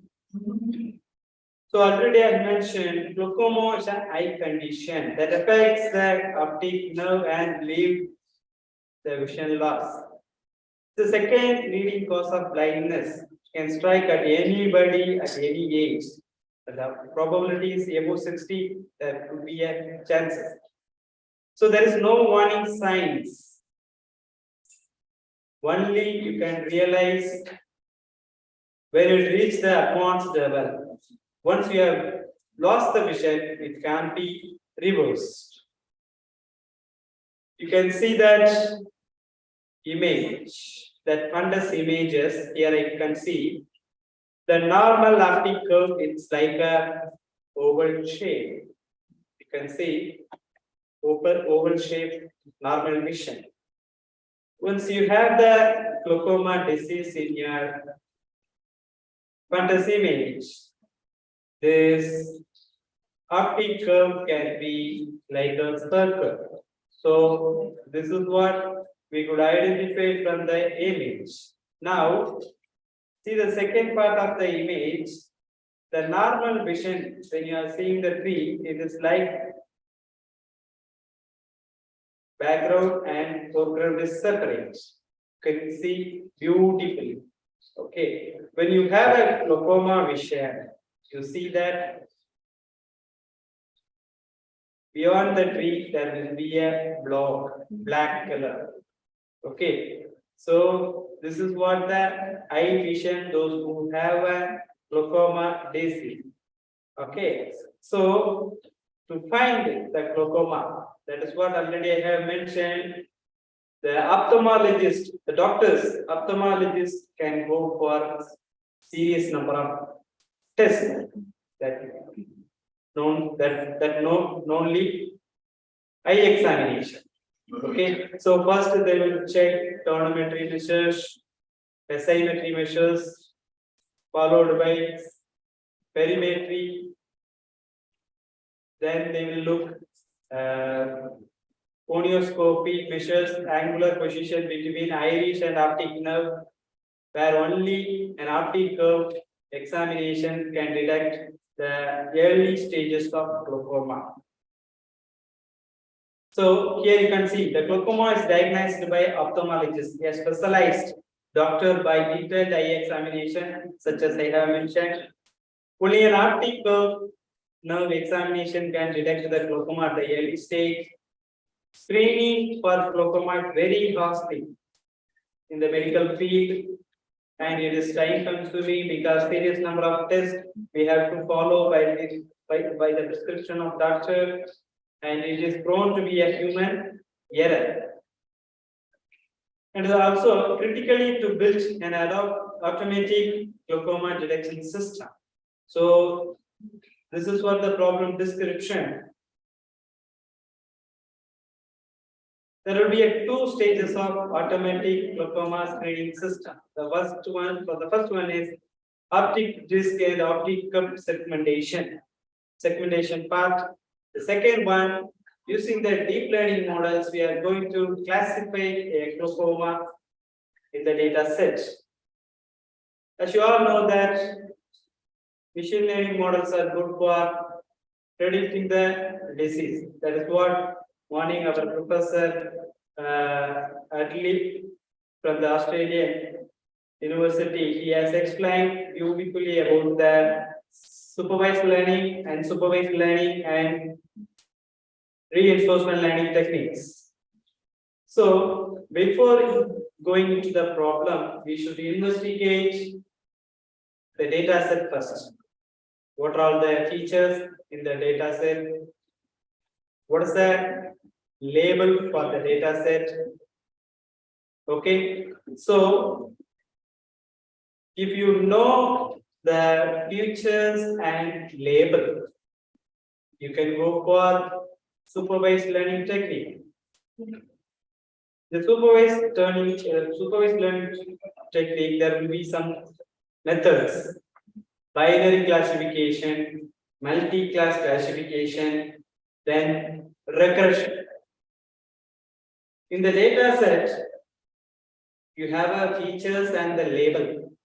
Then you are looking for supervised learning technique. In the label, if suppose only two labels, then you can apply binary classification techniques. If suppose you have more than two and it is finite number of labels, you can go for multi-class classification. If suppose you have a data set like features and infinite number of labels, here what is beauty? Labels are not finite, but it is infinite. Okay, such case you will look for regression methods to solve, to find the best fit model for your data set. After finding the best fit model for your data set, it is good for the testing data. Whenever you have a new data is coming, you will predict automatically the labels. That is what we are identifying in the data set, and we finalize the deep learning models. The first stage, we are using the unit. We segment optic disc and optic curve from the retinal image. Earlier days, when I was a research scholar in Manamanian Sundanar University, I used the image processing techniques, computer vision. But later, over the period, now we are using machine models. So the best model for analyzing the image, that is convolution neural network. So if you have a data set like images, you can better go with convolution neural network model. So here I am using the convolution neural network model for segmenting the optic disc and optic curve from retinal image. The architecture is UNet. In the second stage, glaucoma classification done by 6 different learning networks, such as linear architecture, setup network, VGC 16, ResNet, and Inception V3, and DenseNet for ranging from initial deep learning model to most recent one. These are all the networks in the CNN we are going to analyze to predict the glaucoma disease from the data set or testing images. Over the last decade, many people they were approached for the segmentation. You can see the people Lim, Manish, Liu, Sebasto, Vicky, Van, Rashmi, Jovan, Shrink. So these are all people used different data set, reputed data set and highly cited one for their research, and mostly they were used all CNN model. Maybe the architecture is different, depends on the number of epoch and accuracy. So here you can see the last decade overall approach the problem in segmentation. Okay, you can see the different data sets, reputed data set also here.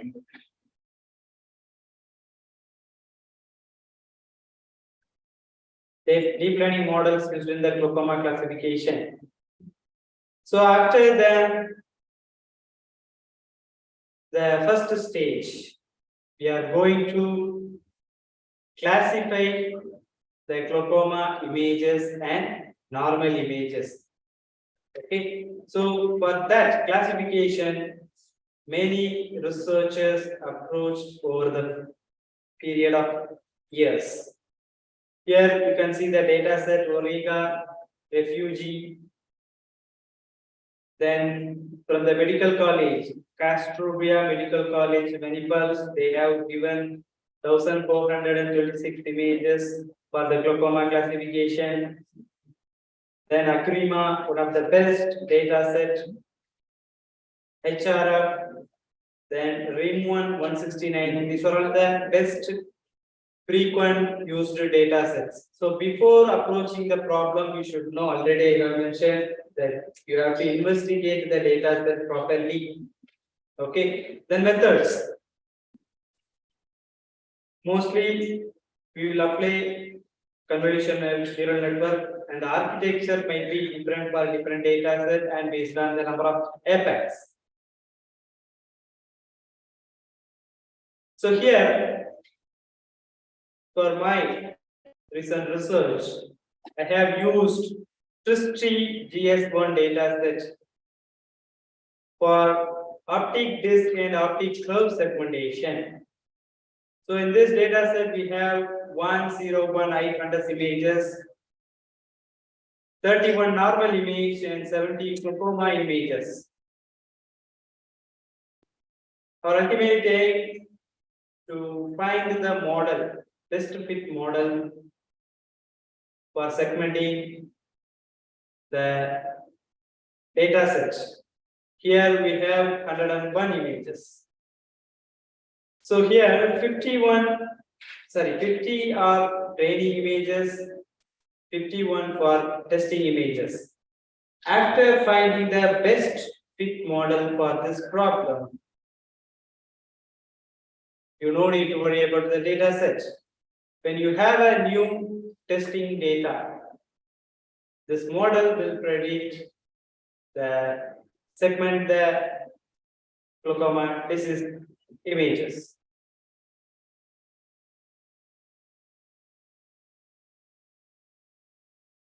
For glaucoma classification, so previous one that is for only segmenting. Here, glaucoma classification, we apply 4 distinct data sets. These data sets are highly reputed one, Agrima, RIM1, HRF, and refugee. These are all the data sets I have used for the glaucoma classification of my recent research. So let me explain about the data set and the contents. The Agrima database, it contains 705 number of fundus images, in which it has 396 glaucoma disease images and 309 normal images. Another data set, repeated data set is RIM1. Here, data set has 313 normal retinal photos and 172 images of glaucoma sufferers. They were cropped around the optic disc from this data set.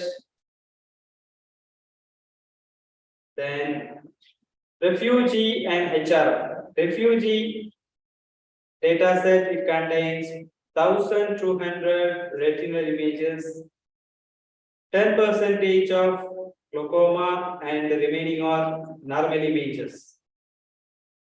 Another data set, HRF. Here we have 45 images.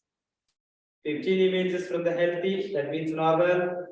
15 images from the diabetic retinopathy patients, and 15 images for glaucoma patients. So these 4 reputed, highly cited data sets were used for glaucoma classification for my research. What are the models, deep learning models we are going to test for this data set, and in which we are going to find the good architecture for glaucoma classification? Already I have mentioned the first stage, we are going to segment optic disc and optic curve using the UNet architecture. Second stage, we have seen the 4 data sets, and the glaucoma classification models are here: LeNet, ZFnet, VGC16, ResNet 50, Inception V3, DenseNet. These are all the architectures in the convolution neural network for the glaucoma classification. So the first stage, optic disc and optic curve segmentation using UNet model. We are giving the input image to the convolution neural network. The architecture is UNet. It will segment the optic curve and optic disc. You can see that the second slide I have shown the fundus image, which has oval symbol is a good normal image. When it is diluted, it's a circle, it will be a glaucoma disease image. So now we are finding the optic curve using UNet model, that particular curve in the fundus image. That is what the first stage. So given the input to the UNet model, it will segment the optic curve and optic disc. Then we are giving the input to the deep learning models that will predict glaucoma affected eye or normal eye. This is the scheme of glaucoma classification. So we have a good amount of data sets that will given as an input to the neural network model, and I have mentioned the deep learning model architecture, LeNet, VGC16, DenseNet. Okay, so that model will predict the glaucoma, means classify glaucoma or. After finding the good model, we need to evaluate the model in terms of accuracy, sensitivity, specificity, precision, F1 score, testing accuracy, intersection over union. These are all the evaluation metrics which is used for which is used to evaluate the particular model. Any model, we have to say whether it is good or bad, how we will evaluate. These are all the parameters we have to consider for deep learning models to find the good one. Evaluation, accuracy graph, loss graph, confusion matrix, and ROC curve. These are all the evaluation models we have used for this research. Look at that. that fundus image, that means data set. From the data set, we have taken the input image. We are applying the model for the segmenting optic curve and optic disc using 1000 number of effects. After that, we will find the prediction of that particular optic curve. Okay, so when you are given the input, okay, ground truth is like this, but our prediction is this is what the oval shape symbol. Okay, first stage using unit model. Look at that. After applying the 3000 effects, there will be a change. Change in the prediction. 2000 effects, you can see that the difference. Now, performance of unit in the optic disc and optic curve segmentation. Here you can see that segmentation by unit. Optic disc, after 2000 effects, the average accuracy is 0.99. Intersection over union, these are all the evaluation parameters, 0.96. Optic curve, after 3000 effects, we may get the accuracy 0.99 and IOU 0.97. So that much accuracy, we are segmenting that particular optic cup and optic disc from the data set to the retinal images for the first stage. Once we segment the optic disc and optic curve, we can calculate either cup to disc ratio or cup to disc area ratio. So cup to disc ratio equal to vertical cup diameter divided by vertical disc diameter. After that, there will be a measure. If the mild glaucoma, the range between 0.3 and 0.5. Moderate glaucoma, the range between 0.5 and 0.8. Severe glaucoma, that means 0.8. So the ultimate aim of this model is accuracy. That is what we are using the different kind of CNN architecture. Later you can see which one provides a good accuracy. Cut to disc area ratio equal to area of optic curve divided by area of optic disc. The presence of glaucoma in the patient is indicated by the ratio of 0.3 or higher. So here, the result of glaucoma classification for the data set ACRIMA. Already I have explained about ACRIMA data set, testing and training data available in the ACRIMA data set. We have different models for classifying the glaucoma in the CNN deep learning models. We'll see the accuracy based on the evaluation parameters. When we apply the VNet model, the training accuracy is 0.75. ZF model 0.92. VGC16 provides the maximum, means perfect accuracy. ResNet 0.97. Inception V3 0.95. DenseNet 121.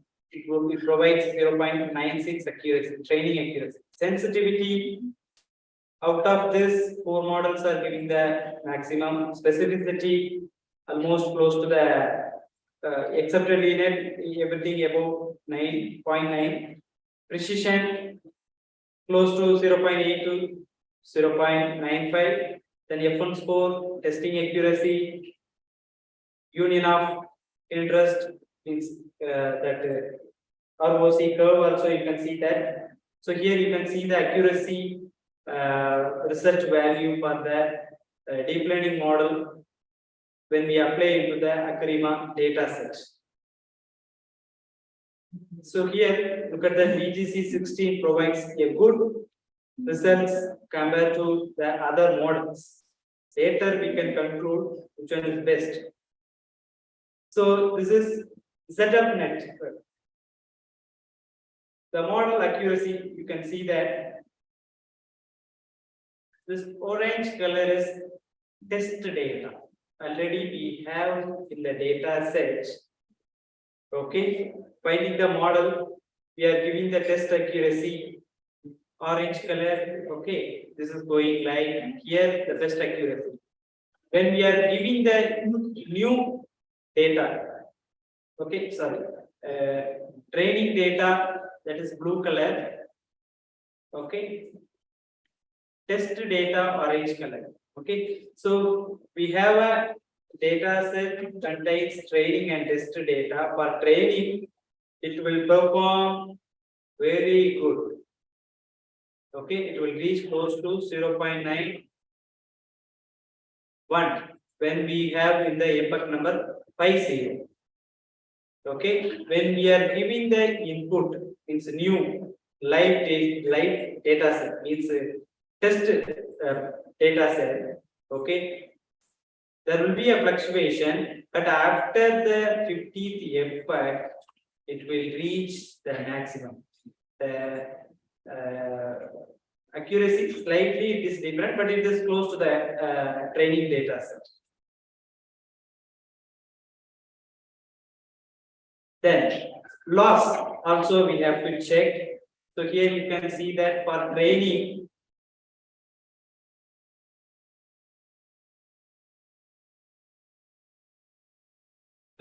that is blue color. Okay, based on the number of epoch, okay, the loss will be coming down. After reaching 50th epoch, the loss is very less.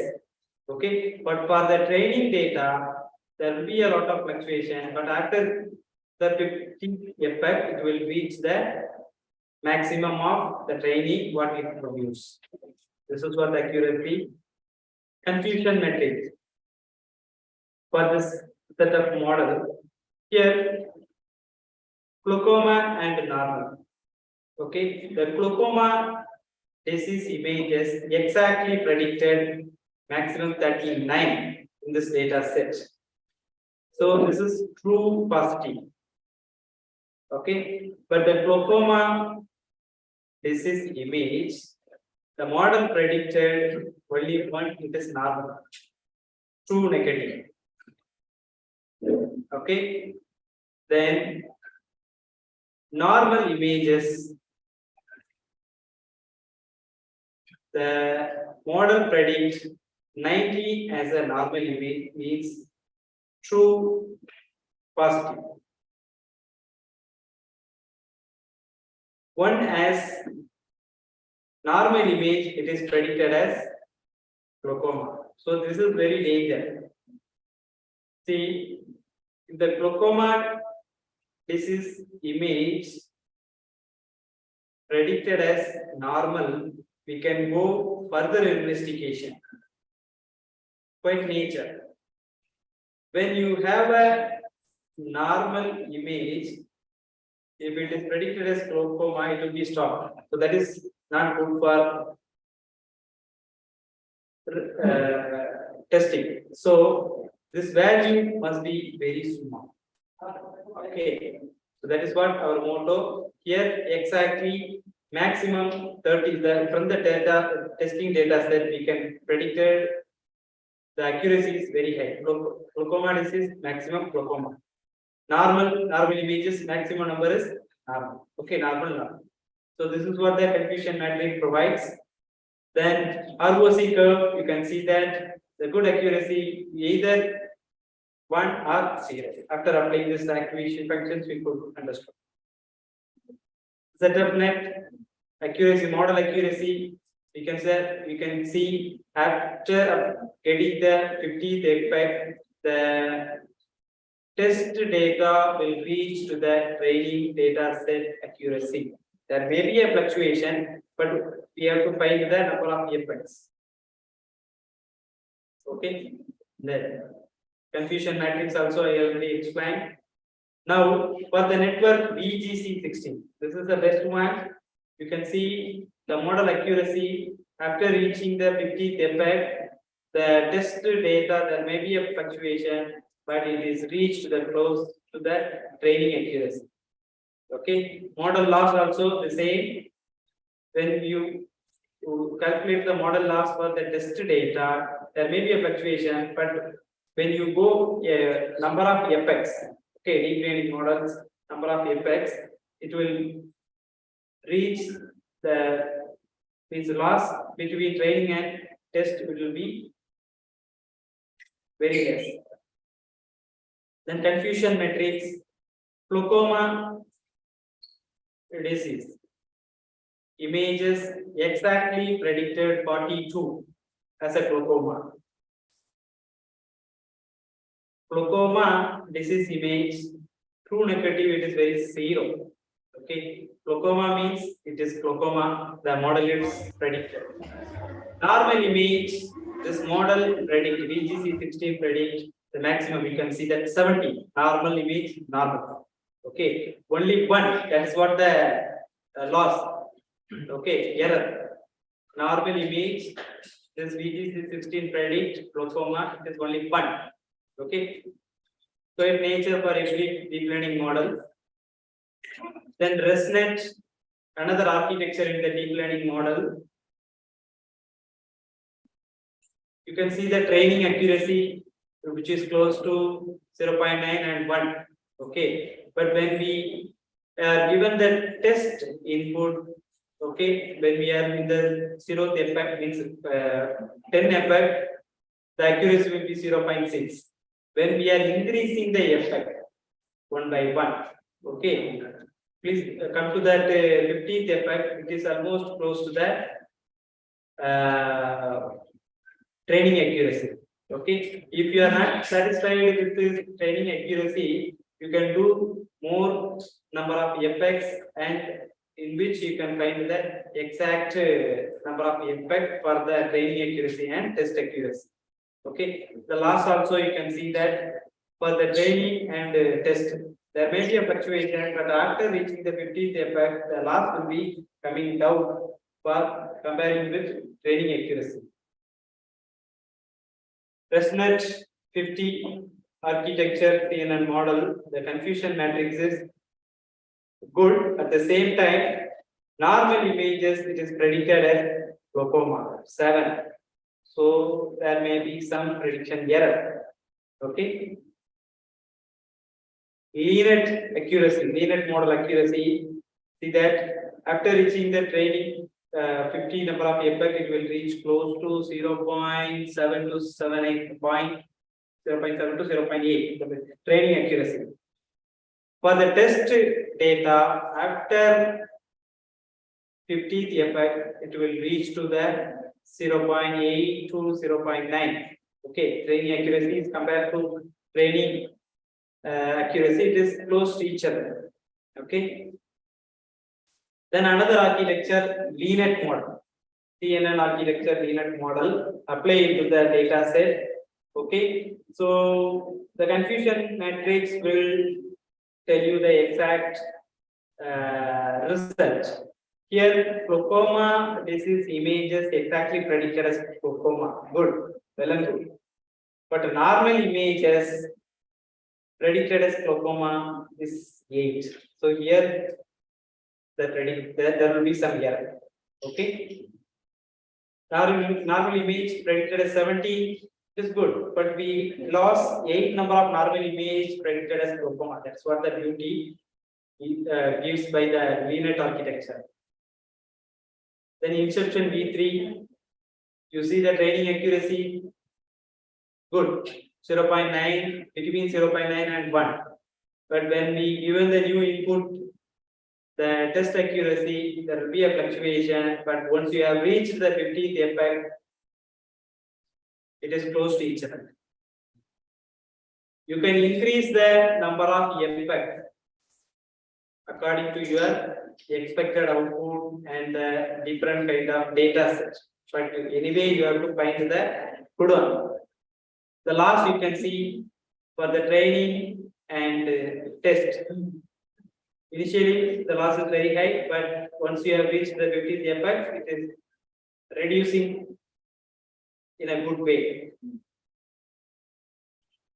For the inception with the confusion matrix will give the best result compared to the previous one. Look at that glaucoma disease image predicted 39, exactly predicted 39. one we have lost. Glaucoma image, but it predicts one as a normal image. At the same time, normal image as a normal, it has predicted 18, but two normal images predicted as glaucoma. So here there is an error, prediction error. But VGC 16, you can see the VGC 16 confusion matrix. Only one normal image, only one as predicted as glaucoma.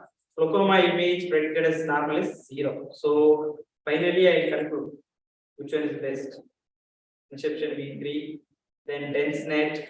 You can see the accuracy, training accuracy, and test accuracy.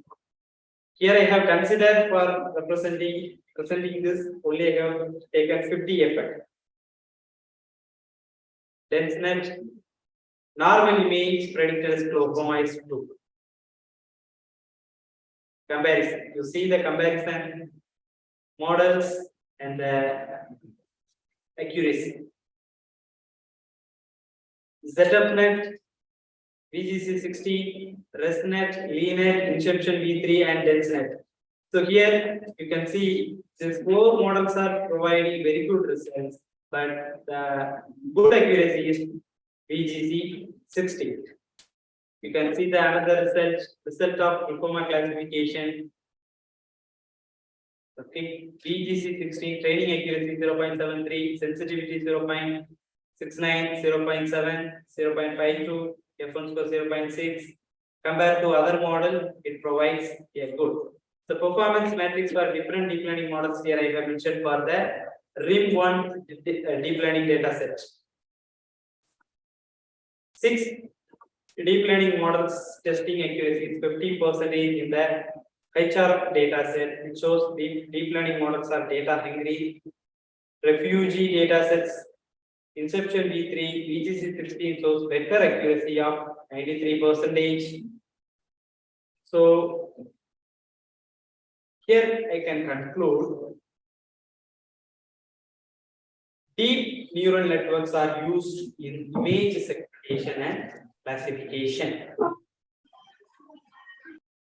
Earlier there is the image processing technique. So here the convolutional neural network beautifully describes the features, and we can use to get more accuracy. We are looking for deep learning neural network.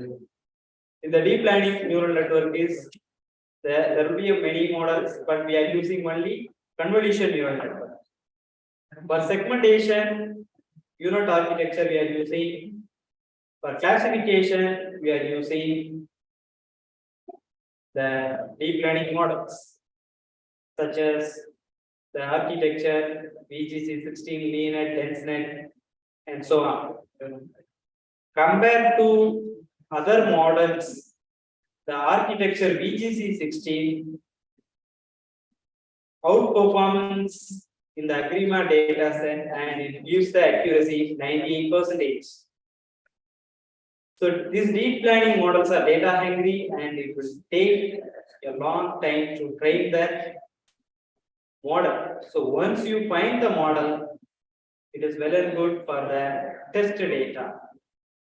So these are all the references I have considered for this recent research. So my dear participants and research scholar, first you have to investigate the data set and find the good deep learning model or learning technique.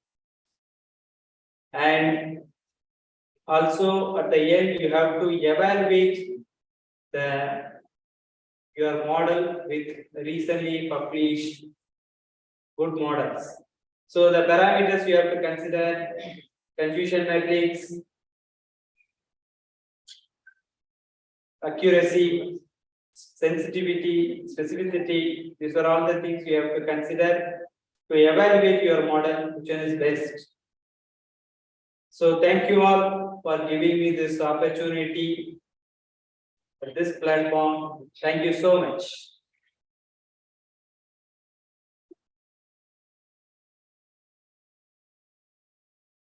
Any relevant queries? Really appreciate it, please. Okay, thank you so much, Doctor. Now we go on to the discussion time. For the audience here or in the Zoom meeting who want to ask a question, please welcome.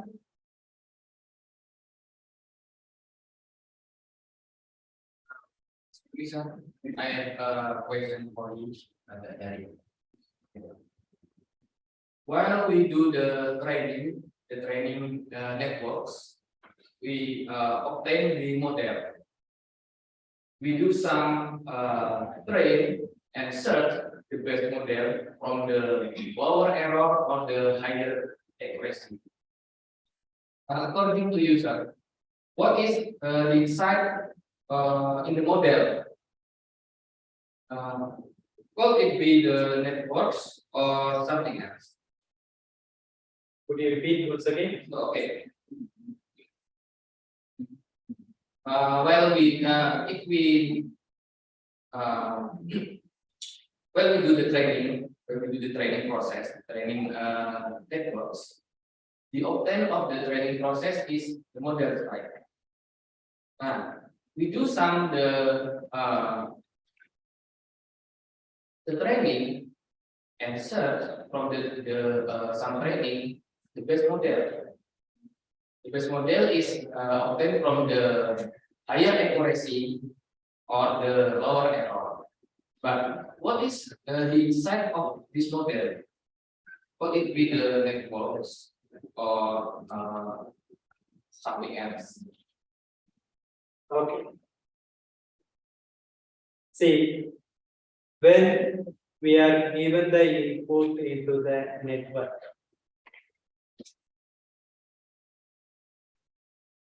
the model will calculate the model will give the output. Okay. At the same time, we can have a training pair. You know the output for that data set. That means training pair. You know the input as well as output in the training data set. After getting this output from the data model, you can calculate you can check with your output, training pair output label. Okay, actual output and target. Calculate the error, mean square error. Based on the mean square error, you can give the input to the previous layer. That means back propagation. According to that, we have to find the weight also. So weight will be changed. This will be back propagated into the output layer to input layer. So when the training, the effects are increasing, the error will get reduced until it will reach 0. It won't be reached 0, but close to 0. Such a model, we have to find the perfect weight for the training.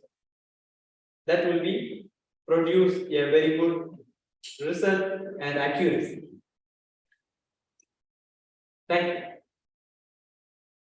Thank you very much, Dr. Sarah. Any other question? Okay. Okay. Thank you for this opportunity. So, actually, I'm amazed with your research because I think it's interesting and it's useful for science. And what I want to ask is, are those data sets open public? I mean, it's free or not? And the second one is there something you can do with those data that have never been done before? And what is the difficulty of it? Why people still haven't done anything? That's my question. See, I really appreciate the researcher scholar. How we can choose the data set where it is available, right? Good. Whether it is free, can we believe the truth of the data set, right? Good. See, when we are reading the research article, they may be mentioned the data set first. Okay. And when we are searching that particular data set, citation of the data set, if more number of research scholars cited about the data sets, it is trustable. Then I'll come to your first question. You can find the data set from Gaggle. From the Gaggle, you can find the data set. UCI repository, USI repository. From that, you can find the data sets. Facebook also providing the data set for about the social media. They won't reveal any information, but they will tell what are the nodes, what are the nodes given the message to other node, what are the nodes has given n number of message to that particular person. Okay, that information they will share. Okay, and if you want to have a real data, okay, you can approach the nearby medical hospital. You can go with the authority from the university, or you can have a memorandum of understanding between the two institutions. You may get a real data. That is also beauty. Okay, but globally, if you want to refer, you can go Gaggle or UCA repository. There will be so many data sets are available, but you have to find the reputed. That is most useful for doing research. Okay. Thank you. Thank you. Okay, thank you. Yes. Thank you very much. The last question from Mr. Agung. Please welcome to you. Okay. Mr. Rizky, please. Another question. Some of the people do the artificial neural networks by the following stage. The training stage is training stage. Training stage is data from the data set. Training stage. Training stage. Okay. Training stage. Using the 70% from data set. And testing stage using 30% from the data set. But some other people follow the stage is training stage is 15%, so training stage, and validation stage is 15%, and testing stage is 70%. What is validation actually? Good. So you have a data set with 70% for training, 30% for testing. The word itself you could understand what kind of training algorithm we are going to use. Do you have any idea? We have a training pair. Okay, if you know the input and output, supervised learning. Okay, then you have a training sample and testing sample. Okay, training sample is used for finding the best model. After finding the best model, you don't need to worry about the training sample. Okay, model is ready.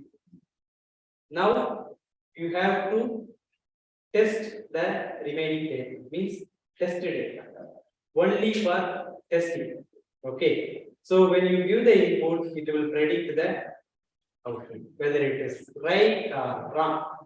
Okay, so some deep learning model needs more amount of training data to predict the exact output. Okay, some models are not like that. Okay, for example, social media. We just assume the social media information. Now we have a training model. Okay, about the persons and the relationship. Let us consider Professor Devi, Professor Venkatachalam, Professor Sundar. Initial stage, the model predicts Professor Devi and Professor Venkatachalam is friends, right? Now there will be some information passing between the nodes. Venkatachalam, he shared the information about me, or Venkatachalam, he shared the information about the Professor Devi to me. Okay, things are changing. The messengers are taking these nodes. Okay, now previous model, can you tell me it will predict Professor Devi and Professor Sundar have a relationship? No. Now the information is updating, message passing. Right? So now you can tell. That means every time, every effect, the training is happening. We need more amount of data, new data, updating. Okay, then only it will predict the good accuracy. Good accuracy. Now the model will predict there is a relationship between Professor Devi and. Okay, so the amount of testing data, if you have more, okay, and if you are applying the deep learning model, it will provide a good accuracy. Okay. Okay, thank you very much. Any other question from Mr. Vicky or not? If enough, we go on to the. Cool. Mr. Agung. Can I have some water? Water. Water. Okay, for Mas Agung, please welcome. Thank you. Thank you, Dr. Oscar. This wonderful presentation. I will start with glaucoma diagnostic, and is it already applied for clinical training in hospitals? And if it's still not applied, so how long we need to take to apply this technology for people? And what are possible obstacles that will happen if we use this technology for our community? Thank you. Great. Good question. See, when we are giving the solution to the problem, okay, the problem which is relevant to society, right? So that is more important. If we have found a model that would be good for the nation and society, okay, and it can be utilized by the people. Okay, now we have done a research in theoretically, or we can say we have found the model, but how this will be get into the society? Good. What are all the obstacles? Okay, now that medical doctors, they have to give the data first from their hospital. Okay, they have a different already I have mentioned testing data. Okay, so they may have taken a retinal image from the patient. Okay, the last 3 years data, if they have given to me or the researcher, okay, They already investigated 3,000 people for the last 3 years. Is it right? And they have finalized that glaucoma or not. Yes or no? Yes. Okay. Now we don't know about their information about the final decision. Okay. If they are given the data with label, label means either glaucoma or not glaucoma.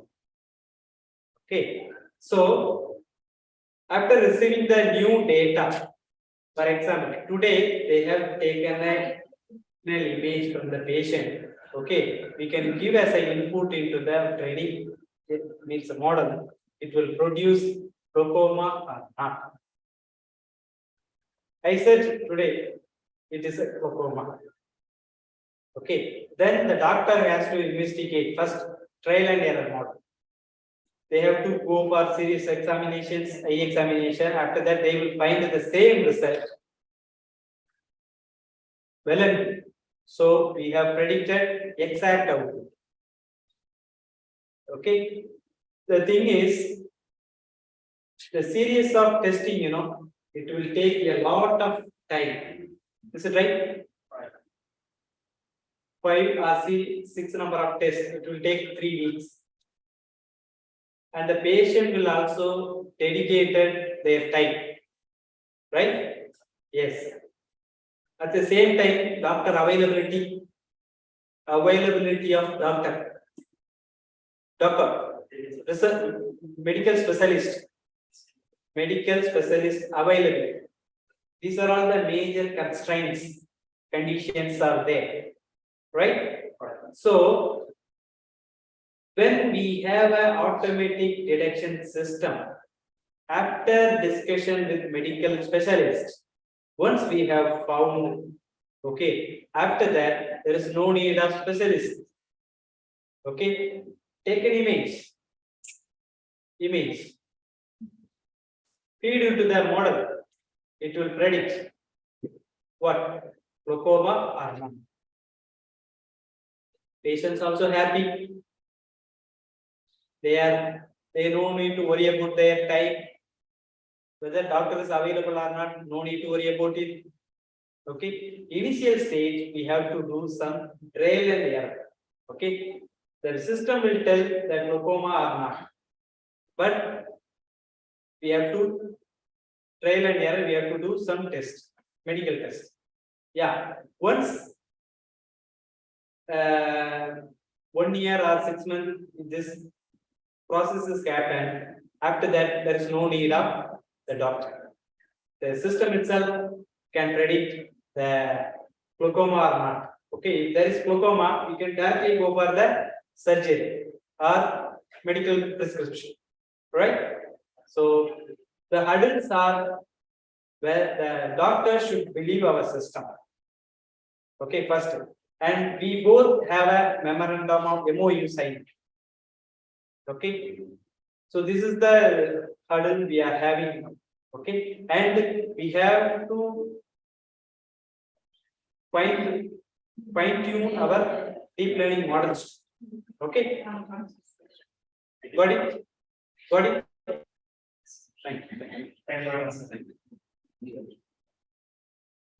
Okay. Okay, thank you very much, Doctor, for the answer.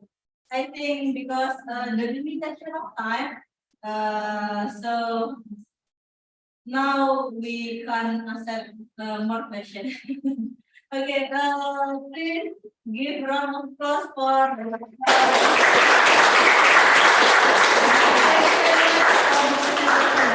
Thank you so much.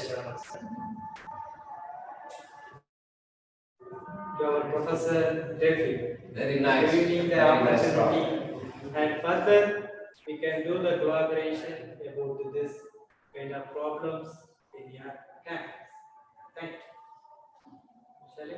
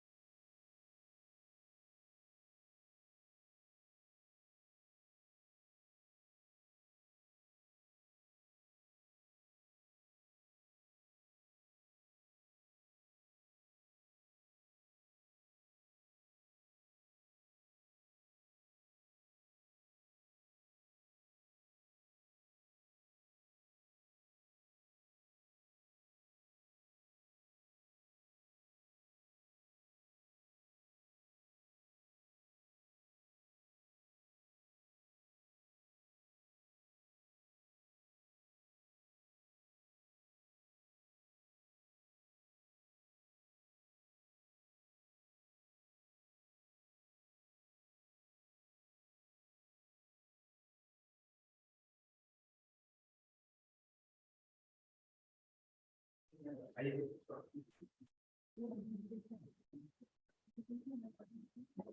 well, ladies and gentlemen, thank you very much for Dr. Sandel for very inspiring talk. Now we go on to our third invited speaker, which will be delivered by Professor David PhD from University of Jember. But before we go on to the presentation time, I will read a short CV of Professor David PhD.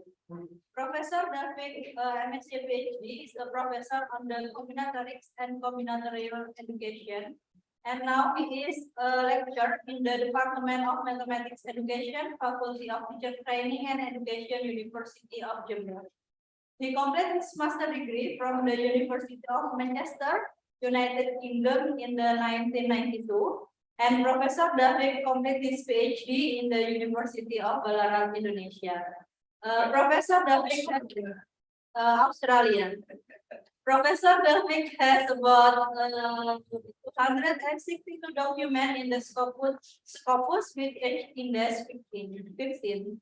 And he got the best 15 researchers in the award in Indonesia.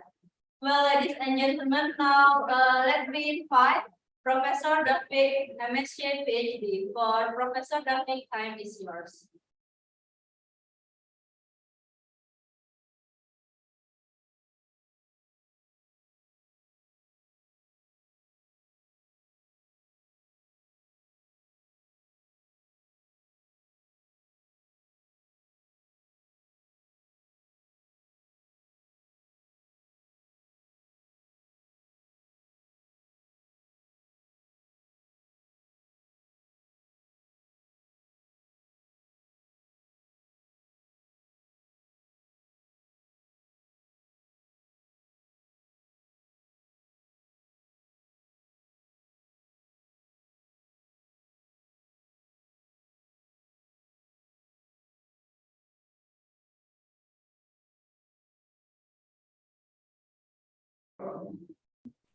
And let me start my slide presentation. And again, thank you, Associate Professor Dr. Sundar, who already given a talk in this session. Was very nice, and hopefully we will get a good discussion later after this. Then finally, we hope that we can have good collaboration in the short future. Let me share my talk. My title of talk is Spatial Temporal Graph Neural Network. For the case study, we try to analyze the flood flow time series forecasting. There are two things here. The first one is graph, and the second one is artificial neural network, which is very famous research of interest nowadays in machine learning. Let me give you a motivation before I present the research result in the graph neural network case study. That's we have a graph anywhere. That's why do we need a graph? Where can we find the graphs? We have event graph, for example, and also computer network. Even when we are studying about COVID-19 propagation or disease spread, then we also consider about the graph representation. In the biology, they have food chain or food webs, also represented by a graph and a particle network, as well as other graph networks. Social media, which is already mentioned by Dr. Sundar, also if we try to figure out, then we will have a graph as well. economic network communication. Even scientific networks, if we have a publication, someone cite our papers, the others paper cite the others paper. If we represent this kind of type of things, then we will have a graph as well. And this is also when we have a code, we have a coding, and we draw the picture, the interconnection between the line of code to other code. Then also it is a graph representation and some other thing that we can have a graph. Then even I would like to say that if your aim in your life is a vertex or a node, and the process to achieve your aim, then actually your life is also a graph. So graph is anywhere, yeah. So this is that I mentioned before, that graph neural network is the whole subfield in machine learning. When we start to observe, try to find out the keyword ICONNSMAL in the Google from 2018 until 2010-20. The machine learning tell us that graph neural networks lay on the first and the hottest issue, especially in 2020. And why does it happen? Then we will tell you about this. That we need graph neural network as the input data not all the time is independent of each other, or the input data not all the time represent in a grid or a sequence. So we need a graph to have the data representation in such a way we can have full of information about the networks. What do we mean by a graphs? A graphs can be said in other terms as a network. So the definition of graph we can say as follows, which is mentioned in Jonathan and Gross, J. Galen, and Pinzan, that a graph actually contains of two elements, vertex and edge, vertex set and edge set. The vertex set would be empty, but the edge set wouldn't be empty. So if we count the number of the vertices, then we have an order. If we count the number of edges, then we have a size like that. The connectivities of the neighborhood pictures of the whole vertices, if we have two vertices are adjacent, that means the two vertices are neighbor each other. Then we can represent this kind of thing in adjacency matrix. So the adjacency matrix could be defined as follows. Adjacency matrix is a matrix of n by n matrix, where the element of aij equal 1 if pivij is part of the A, otherwise it's stable. So why do you need a graphs? Because a compact domain have a rich relational structure which can be represented with a graph by explicitly modeling relationships. We will achieve a better performance on doing, for example, clustering, classification, prediction, or forecasting. Look at this one. This is the graph that's normally we use and we remember and we memorize all the time. We have two general version of graph. The first one is undirected graph. The second one is directed graph.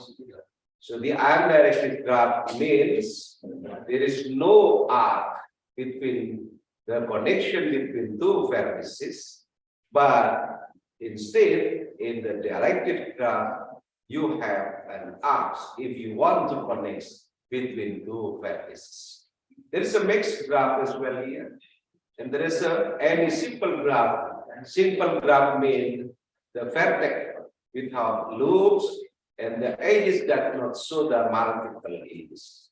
So if you have the unsimple graph, it is called a multiple graph, then we have this kind of pattern.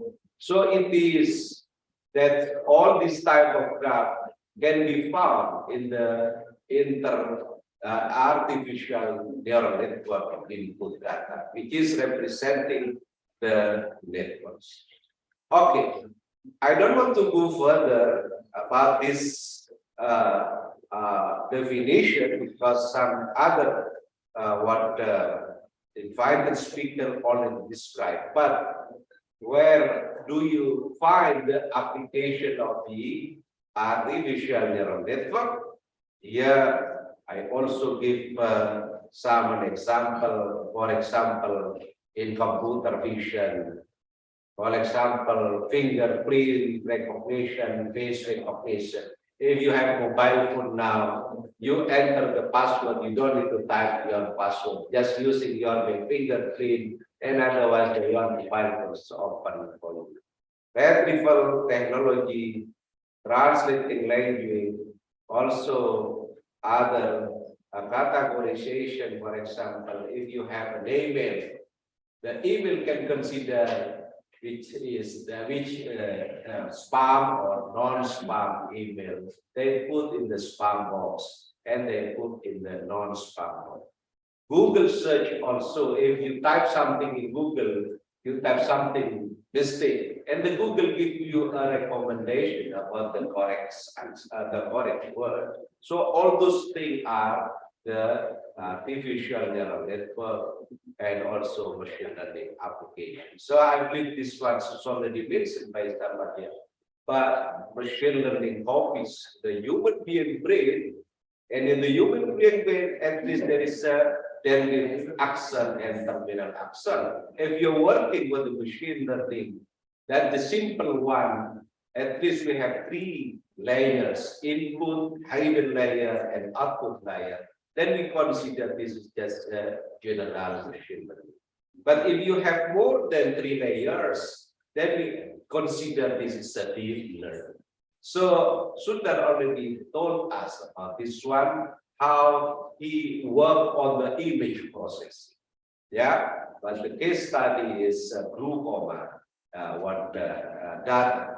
For example, in this case, we have a data input. We need to classify which one is a car, which one is motorcycle. Normally, the extract feature processing input data will be extracted into a matrix. Then from that matrix, we do feature extraction and we do classification by using ANN classification. Look at here, input, hidden layer, outputs. How many layers here? We have only three layers. So it is considered to be machine learning, but not deep learning. Yeah. So in this here, we have deep learning. Yeah, because we have more than 3 layers. So actually in Indonesia, we just start, doctor, using ETL. ETL is electronic transportation law enforcement. So every junction, the government, the police put a CCTV. So the CCTV catch the number of the car, number of motorcycle. If there is anomaly in the light, traffic light place, then they will catch you and they will give you a letter which contain at the letter, that's when you have already break the law with the that proposition. But still it is working because our number, what tag in the car or motorcycle, normally we have black and white and black. The background is black, the number is white. But now we reverse that, we transform, we change into the number is black and the background is white. And it will be more visible for the sensor or system. But what happened here, this is the problem. If you consider the input, the image, Anis and the other already working that, the image is converted into a matrix. So in our case, this is Euclidean source. So the image will be a grid in a graph theoretic meaning. Even the text, even speech, even the signal, it is a part. It is a part in advance. So in type of this kind of input data, nowadays is getting bigger and bigger, but it is still in grid and in text. It is very easy to understand. And we have a normal toolbox for solving this problem. But what happened if the input data is not a grid or not a segment? So in this case, we consider the first one. It is non-Euclidean data. It is a network. It is a graph. And all the social media coming with the graph type of that, not a grid data.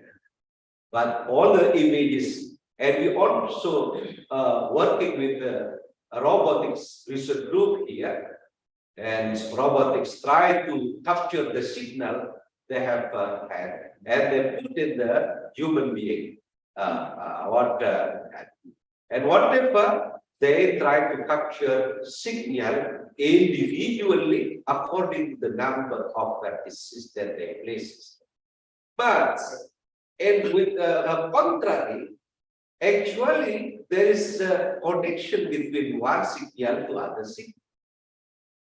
So if we ignore that, then the information is getting abused. So that's why we need to have a capture. We need to capture this instead of having image and having a picture individually. We need to consider as such. So that's why we need to talk about this one. What is the graph neural networks actually? It is introduced in the book of, it is divided in the book written by Julian and Xian Wu 2020. So look at that, it's just very recent research of interest. They wrote a book entitled Introduction to Graphs. So what they say in his book, that not everything can be represented as a grid or segments. How can we develop artificial neural networks that are much more broadly applicable? Using a graph is a new frontiers beyond classical artificial neural networks that only learn on image and sequence. So by this kind of things, then in this book, they introduce the definition of graph neural network, which is a type of machine learning algorithm that can extract important information from networks to make useful prediction. I just say that with the graph, it is becoming more pervasive and richer with the information.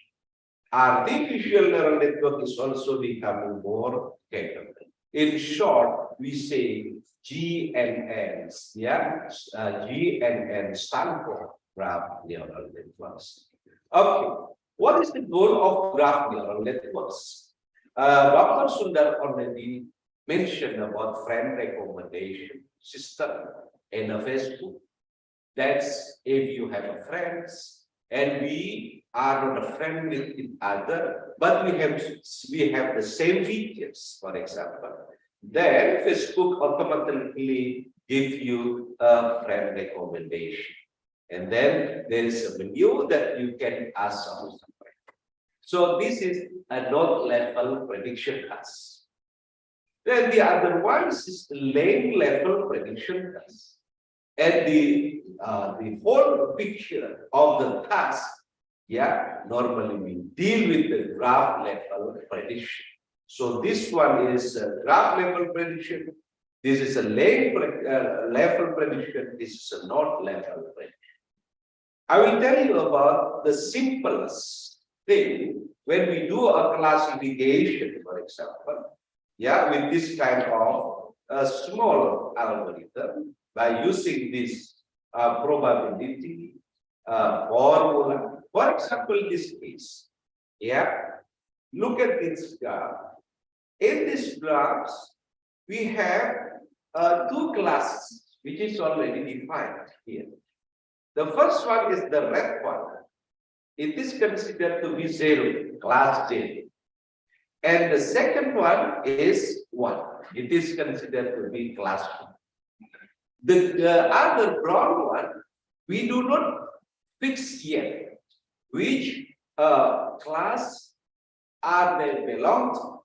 For example, PUI-3, PUI-4, PUI-9 and everything. That the brown one, we do not consider that.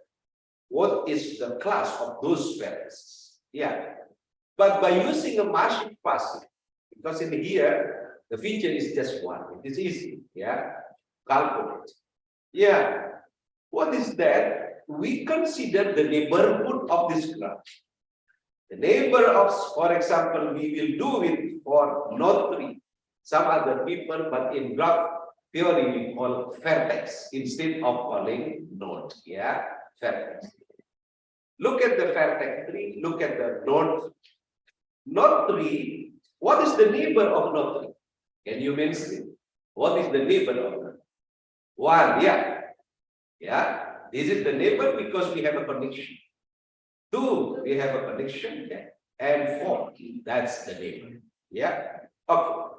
So we already know that the class of the vertex 1, vertex 2 is 0, the class of vertex 7 and vertex 6. Then we will consider what class belong to 3. Yeah, here. Then we will calculate by using that formula. Yeah. 0, 0, 0, because this is the class, the class is 0, the class is 0, this one is 0.5. 0.5, it is just the initiation. Yeah, we just assign 0.5 if they don't have any class. Yeah, and we have 0.70.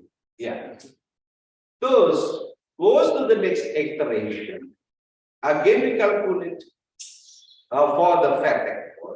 Again, we inform the vertex 3, we inform 1, but we do not inform vertex 3 because there is no connection. They don't adjust. And finally, keep going, and finally it is conferred. Yeah, and finally we got that classes. Then we have an activation here. We using like a binary binary activation function 0, 1s. By using the threshold 0.5. Yeah. Understand?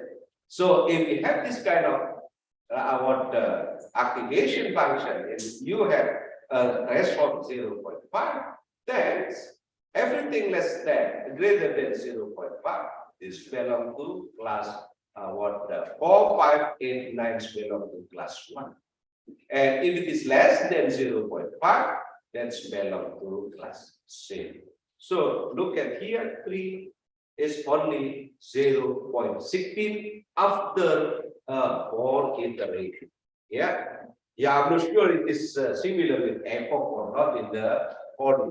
So sometimes mathematical people do not always worry about the black box in the artificial neural network. We couldn't know. That's what Mr. Rifki asked about this one. What is inside the codes here? But if we can calculate by mathematically or analytically, but sometimes if the features in the vertices is very fixed, it is very hard also to count the the mathematical story behind it. So that's why statistical people say, oh, artificial neural network people always dealing with the black box. They do not know exactly inside the code here. But we also try to find out what is mathematical side, what is mathematical side. But yeah, we need to discuss about it. Otherwise, yeah, they just claim that they are the most want to. Yeah, okay. This and the feature for node and link graphs. If there is node features more than one, either in the node or in the list, then it would be very hard. Yeah, doing normal calculation by mathematics. Yeah. So that's why we need the coding. We need the right code. Yeah. For example, here, look at the Facebook. Yeah. Do you know Facebook? That of course Facebook is getting not so popular. Yeah, Instagram. Yeah. In Instagram or Facebook, enter you and you have a features. What is your feature? A, it is a feature. Weight the features. US worker or not, it's a feature. And which university are you graduated is also a feature. If you have a link between you and the other friends, at least you have the same features. Yeah, I am a friend with Hika because Hika is working in the University of Hika. I am working also, but the age is not the same. Yeah, at least one of them are the same. Yeah, by using the features embedding process. If there is a lot of features in each node, then we couldn't analyze the simple ones. Yeah, for example, this one. We need to do vertex or node embedding process. Yeah, before analyzing this using artificial neural networks. That's a principle of the GI. Yeah, graph neural. Yeah. So what is the goal? Having nodes embedding on graph neural networks, actually to transform from higher dimensional space into lower dimensional space. In such a way, it can be easily analyzed by traditional artificial neural networks. If we do directly from this one, would be lose a lot of information. Yeah, what is the thing that we could do when we try to have a similarity? The goal is to transform, or other what we call encode the nodes, yeah, to the embedding space to find the similarity. If UP is adjacent, then the embedding space ZU, ZP, we should have this similarity. Yeah, once we have this similarity, then we will fix the data set. Yeah, so that's why it is, yeah, actually it is inspired by convolutional neural network. We have data, we just feature extraction process, and then we are doing something smaller by using a kernel or something like that. So we have a lower embedding process. Yeah. So once we have embedding process done, then we have a data set. Then we can do some things, tasks, which is the normal task that in the artificial neural network, neighborhood prediction, or classification, or just visualization. Yeah. This is the actual idea of GNS copies from convolutional neural networks. If we have an image, I believe Dr. Sundar also. Now deeply about this one. There are a lot of model, which is also in the MATLAB library, available model. Yeah, this process of pictures image. There is a fold image pictures, folds and the features again fold. After that, we have a flattened layers. Then we can use. Instead of this kind of thing in a graph, if we have this kind of a graph, what is the idea of copying the principle of the convolutional first? Then every edge or every node, every vertex, we have a target. So we can do a vertex and we consider the neighborhood of the vertex. If we just do a single layer, then we just up to the closest neighborhood of this term. If we do double single layer, and we should consider the neighborhood of distance too from the short vertex. So this one, we deal with this one. We deal with this number vertex, we deal with this vertex, we deal with the vertex. That's completely copying the procedure of the convolutional learning. Yeah. So how do we get this process of the stage of the training and validation, also testing? Then we can choose some part of the graph, training data, validation data, testing data. We can have data sets. Yeah. Okay, let me talk about our new research, which is just finished. The manuscript that I just submitted this to a paper to a journal, which is having a good impact factors. What is that? Spatial temporal GN. Spatial or spatio main, we consider about the spatial landscape. And temporal means the observation data generated for time series data. So combining with the GNN graph neural networks, then we have this terminology, spatial temporal graph neural network.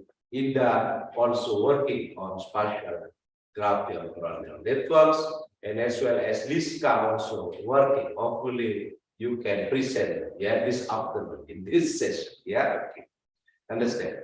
This is the graph neural networks. Yeah, STGNN is the type of GNN in which the concept is based on simultaneously spatial model and temporal dependency to deal with the dynamic graph problems. So recently the graph neural networks growing up and having a lot of branches. One of them is a spatial temporal GNNs. The other ones, there is recurrence, convolutional one, and output and border and something like this. So what is the picture, the illustration of some spatial neural networks? If we have this graph as a spatial representation, then each node, of course, having a features. Then the features itself is dynamic. Time to time is different. Yeah, not fixed. Understand? Look at this one as an example of having and generating the spatial neural networks, graph neural networks. You know the CCTV in the highway or in Amway or something like this. What is CCTV capturing? The CCTV capture at least speed and flow, number of cars. Yeah, flowing or passing in front of the CCTV. Understand? Yeah. This CCTV can capture this one. The speed, for example, 50 km/h. Yeah. And in a certain time, there is a number of cars passing in front of the CCTV. Do you think that's the information captured in here? This aroused by CCTV in this just specific places? I don't think so. There is influence. Yeah. There is in fact impact from the other CCTV information because the car is moving. In here, of course, they are contributing the information from this CCTV. So that's why we couldn't capture the data set from CCTV independently. Otherwise, you will miss what the information about. Yeah, so that's why we have a graph. We have a graph because the CCTVs are connected to each other. The message passing that Dr. Sundar told us happened there. Yeah, from one CCTV will be even in the river flow as well. If you are analyzing the flood flow, even more is also working on the transportation in the bus terminal transportation or airport transportation. The number of passengers, the number of flow of the aircraft, of course, are contributed from other terminal, from other terminal. So that's why we consider this is a crowd. Yeah. In each node, which is represented by CCTV, there is a data. This one, data. Yeah. A data. So everything, all nodes have a data. If we consider the data is fixed, not the dynamic time, then we do not talk about the time series data. We do not talk about the time temporal GNA. But this data is moving, is dynamically changing time to time. For example, this data here, the first one, the observation done in the morning at 7 o'clock, for example. After 30 minutes, you get the data. After 30 minutes, you get the data. In 1 day, maybe you have 24 data time. If you do observation, for example, 1 week or 3 weeks or 1 month, then you have a huge number of the data. So that's why we have this kind of graph neural network, which is in physical one we call spatial temporal neural network. Look at this one, the data. Look at this one, the data from t equals 0 up to t equals plus n. That's the data. Yeah. So Hika, I don't think you are working on this type of a data because your data is just independent. One features in the other features. Yeah. So finally, because in one loop there are a lot of data, which is in time series data, but might be in type of different data, the features also bigger, the observation time also longer, then you cannot analyze and directly input those kind of data into artificial. We need to do the embedding process. Yeah, the embedding process means we need to convert the higher low dimensional space into lower dimensional space. Let me show you the case study of Jember River Flow, which is already done by my master degree graduate students. Yeah, we have this river flow area in Jember district. Yeah, someone say what basins area of Jember district. And what is the graph representation? Because the rivers consider here as many as 19 rivers, then we have this kind of graphs by using line graph. Line graph means we consider the river as a vertex or a node. The connection between two rivers is an edge. And finally, you can have a look. Number 13 is Badadun River. Badadun River is the biggest river in Jember, which is potentially having flooding. Yeah, understand? Yeah, time to time. We will predict what is the anomaly. Yeah, if there is a data. And by having a collaboration with the hydrology laboratory people, we place this sensor in the river. Yeah, and then we generate data from the sensor. Yeah, so we haven't determined doctor from the Kegel or UC data or BMKG. There are a lot of data actually. In Indonesia, there are a lot of data set provider, at least 120 to 126. Yeah, what the data set provider in Indonesia. But instead, we just generate the data from a sensor. Look at this, the spatial one here, and we have a data.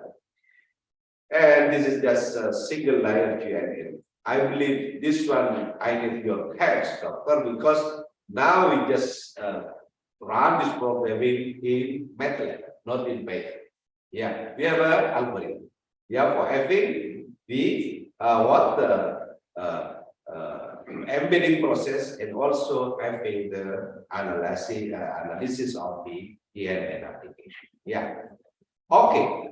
In mathematical things, I need also to know. Otherwise, people say that we are dealing with a black box something. Yeah. I understand the mathematical. Yeah. So what is the embedding process? For example, if we have this one and this one, and we have application process, we have summation process and everything, we consider that as mathematics in identity. Also, we have B as the, some people in the presentation, if we present this one, they getting misunderstood that because it's too much. It is mathematical side, but actually we want to know about the mathematical one. Yeah, we have this one and we improve this one, and finally we need to have convergent analysis and complexity analysis. That's why we deal with the mathematical. Yeah. Okay. Then we have that. By considering two architecture, and also by using after finishing the embedding process, again we end up with using artificial neural network.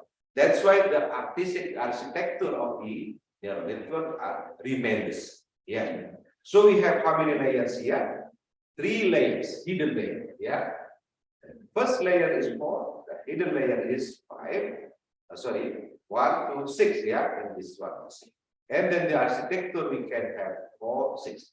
Yeah, this one is 5, 6. Okay. Now we have a data from the sensor. This is kind of the data. We train this data just like Dr. Sunder mentioned, 70% data for training, 30% data for testing. We do not use a validation, but I'm not sure. Maybe I should ask about this one. What is the benefit of having a validation process in between the training and testing? Sometimes, some people, some other people. So if we have 15 observation, then we have this peak of data. For example, look at here. How many rivers involved in this type of analysis? 19, yeah? River 1, river 2, up to 19 rivers. And each river contains a features. Yeah, and it's how many features? And it's 7 features. And we have a 15th observation data. So times everything is we have calculated that data. So it means 7 times 15 times 19. It will be more than 1,000 data. Let's see. That's more or less how many how big your data. Yeah, as you can see. Yeah. So the SDK and actually the combination of artificial neural networks, but prior that we do a embedding process because we consider the connection and the adjacency matrix of those kind of things. And finally, by doing embedding process, as we have put the learning width as a matrix of number of features times 1. If we have times 2, times 3, then it will be a matrix. And here, just learning with it, just a factor. Yeah. In the state STTM in the learning which would be a matrix. But again, if you have a matrix, then we have aggregation process. And the summation or in the average and the average. So look at this one. After doing the embedding process, then we can convert into low dimensional space. Then we have this kind of the data. So every observation stage, we only have a vector. So how do we get the time series forecasting? Then by doing the time series forecasting in the general, then we have this kind of. Yeah, look at here.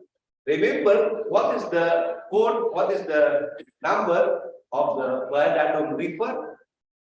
13. Yeah, 13 is the Badadong River. Yeah, which is normally having a water flood. We have a good accuracy here. Output target 0.99, which is the regression, and the good performance have attained in the epoch 7 with best performance is the MSE mean square errors 0.9 something. Yeah, and finally, that's a training session. We have a testing session. Testing session also accurate for the rest of the data set. And at the end, we try to have a prediction. Yeah, what happened in the following weeks of that reverse, especially with the similar condition. And finally, we surprisingly get something here. That's after 16 weeks, the Badadong River will be flooding. Yeah, that's our testing. What so also we count the recent finding of the SDGI and of flood now time series forecasting between architecture. We have two architecture, which is 460 and 567. And we have a model. The model is feed forward name, pattern name, cascade forward name. It is actually built in the already in the MATLAB line. Yeah, but yes, Rifki also said that we do not know exactly about this kind of library. Normally, we just use it and we just use it. But hopefully, in the future, we can explore a lot of things that we can do research qualitatively in the improving, especially improving the learning rate in such way we converge better and faster than the other. Yeah, that's all from me. Probably there is a question, and I give it back to moderator of media.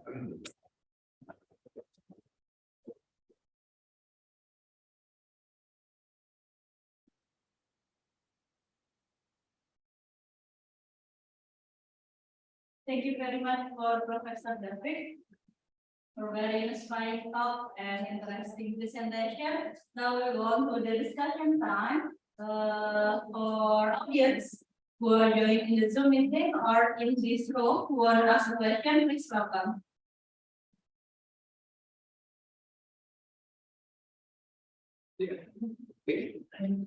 Any question? Yeah. Indonesian language okay, English language. English. Okay, please. Assalamualaikum warahmatullahi wabarakatuh. Waalaikumsalam. In here, I want to ask you about this topic, but this topic is same with me. Because you are my student, yeah. Professor David is best teacher. Okay. I want to ask about prediction flow for the next weeks.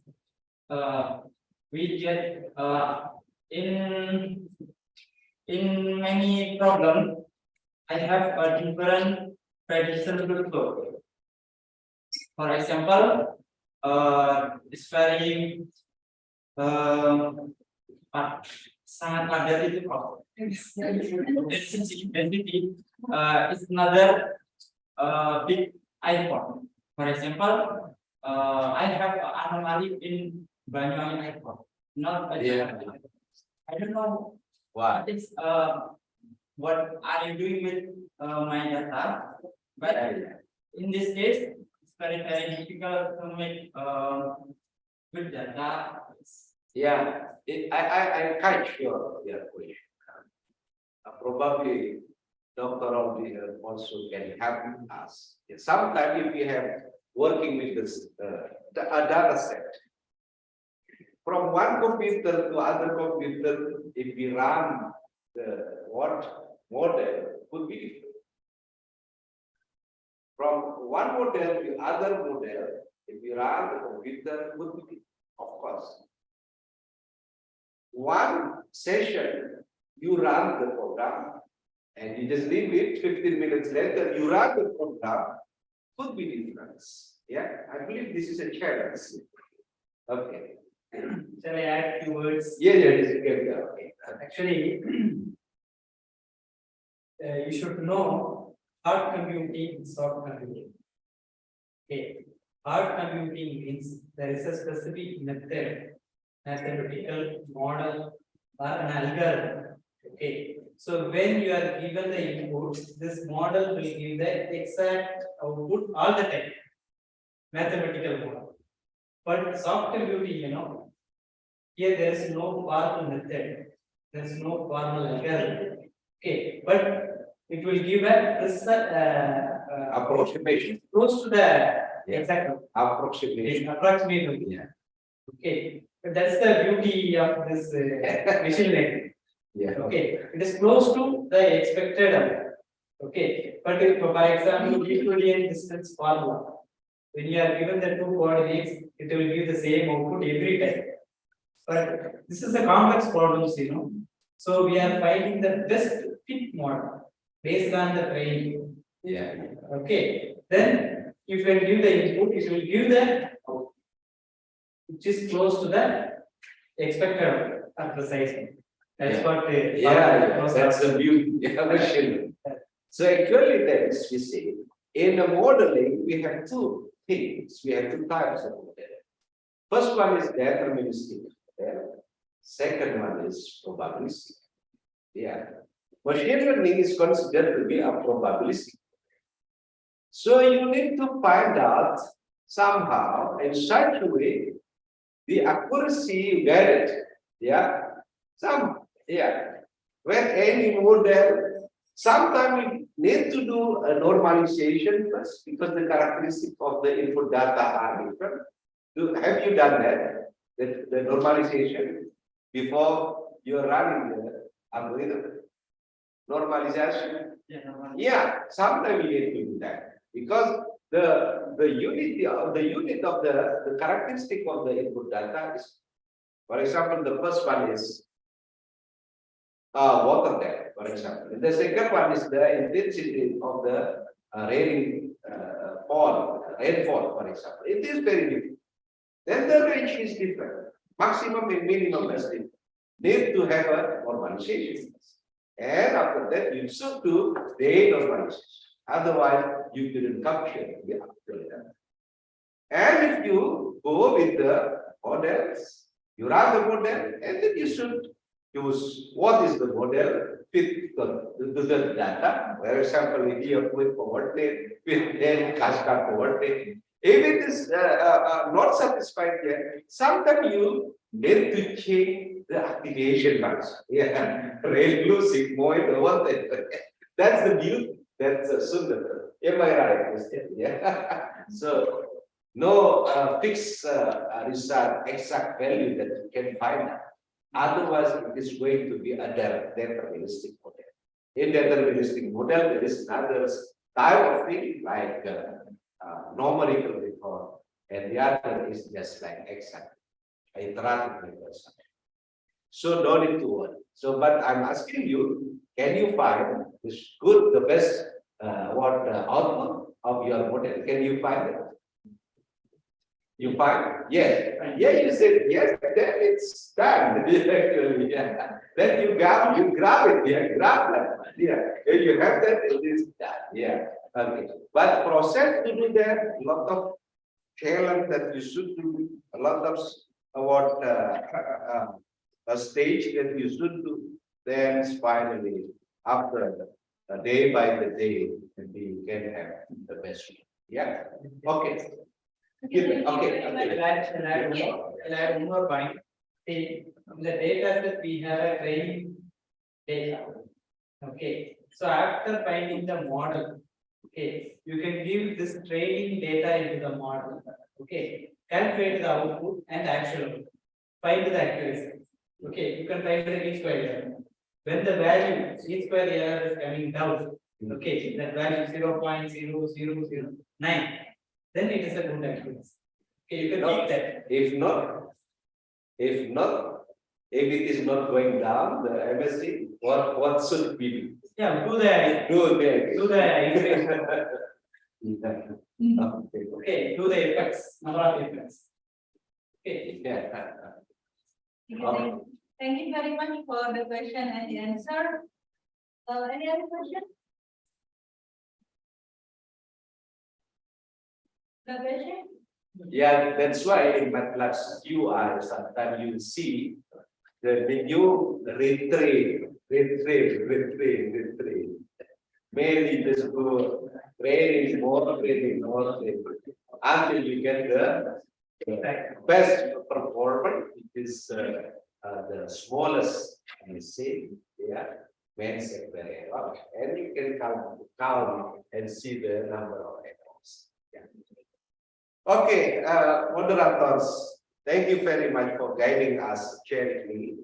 And I should say that artificial intelligence and the subdomain we have machine learning, the value subdomain we have artificial networks. Is not only talking about engineering side, mathematical side, medical side. Also, you can find the application of the machine learning in social human learning. So I believe none of a single people can claim that the machine learning belongs to them, because every people now talking about the machine learning. Vice Rector 3, he is working on the biosensor or taking a diabetic paper-based sensor. Also working and using artificial intelligence to test the paper-based diabetic sensor. Everything, yeah. So that's why you should open your mind, and the machine learning is phenomenal. As the same learning is phenomenal to human being, in the future, maybe machine learning will replace everything, especially numerical analysis and mathematical. Thank you very much again. Hopefully it's been fulfilling. For the presentation, once again, please give Professor David.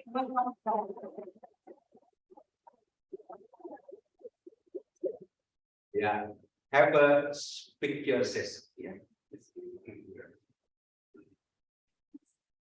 Yeah.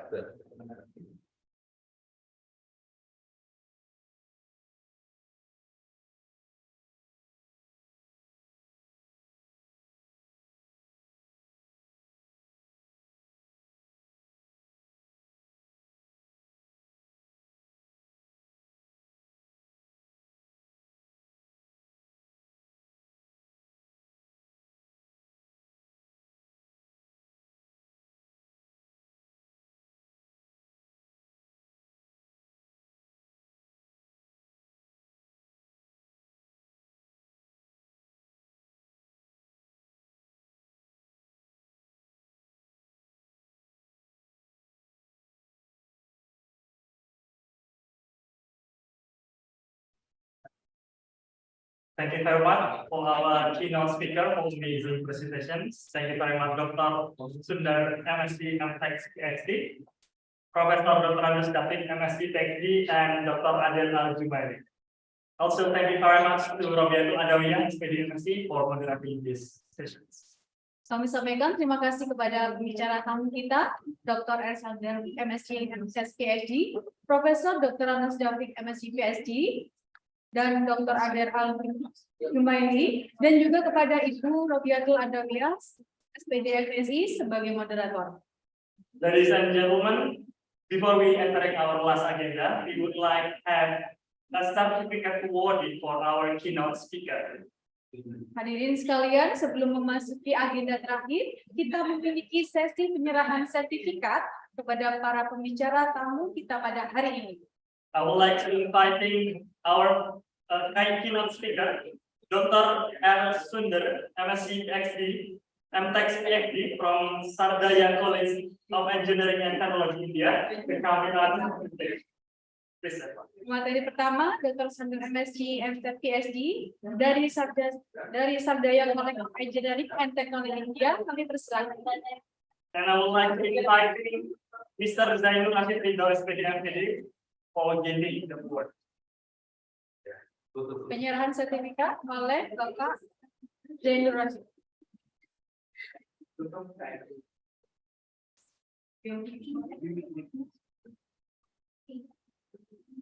Oh,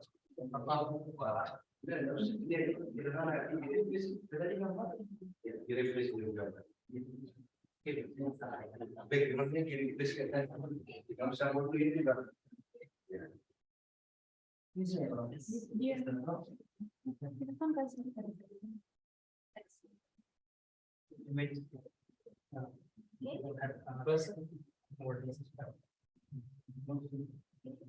One, two, three.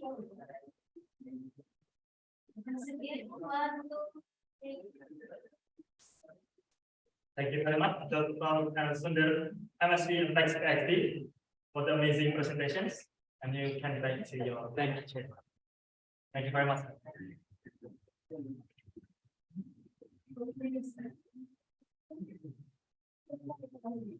Ladies and gentlemen, I would like to invite our other second keynote speaker, Profesor Dr. Anas Dafiq, MSc PhD from Universitas Jember. Dan pemateri kedua, Profesor Dr. Anas Dafiq, MSc PhD dari Universitas Jember, Indonesia. Profesor Dafiq, please join with us in the stage. Kami persilakan kepada Profesor Dafiq.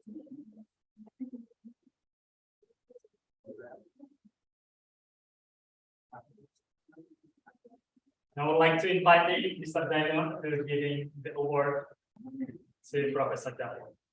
1, 2, 3. Once again, 1, 2, 3. Thank you very much, Professor Dafiq.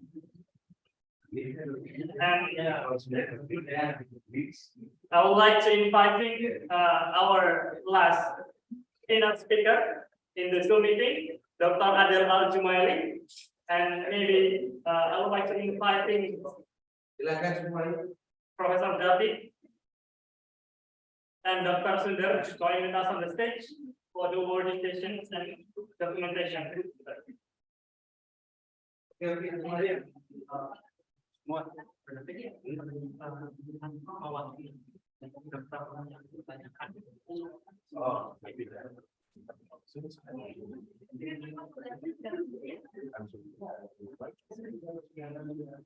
Ladies and gentlemen, we are now entering our last agenda. There is a closing and documentation together. I would like to inform to all participants in Zoom breakout in Zoom rooms to turn your camera on. And for the people who join us in offline sessions to come forward. Come to the stage. Foto bersama, duduk makan bersama. Ya. Oke. Nanti bisa foto sendiri-sendiri. Ya. Dengan Sundar ini anunya Bollywood tinggi, tindak Bollywood. So you close to Bollywood movie.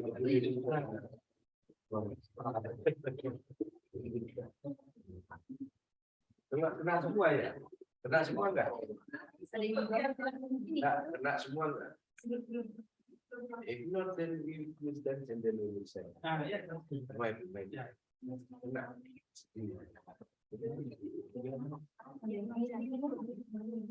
Ya, oke. Ya.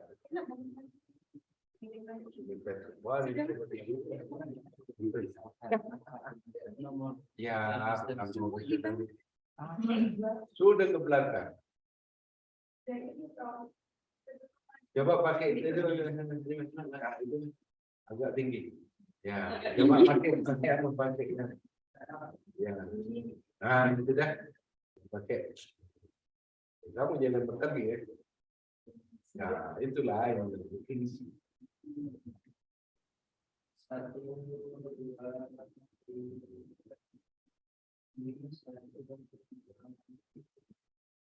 Freestyle, freestyle. Freestyle.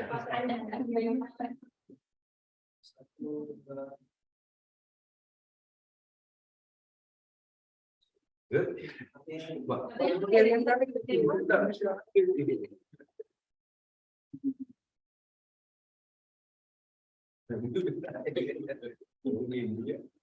Ya. 1, 2, 3. Oke. 1, 2. Oke.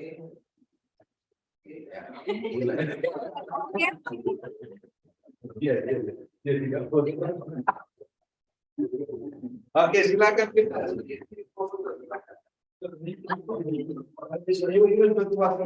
Dia mau kita lihat dulu ya. Kalau saya kan bantu dia mengambil.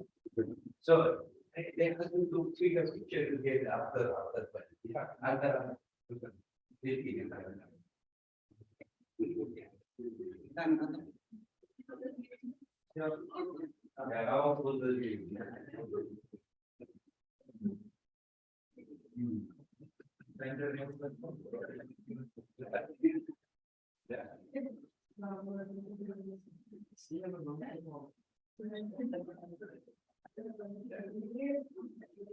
Thank you very much, ladies and gentlemen.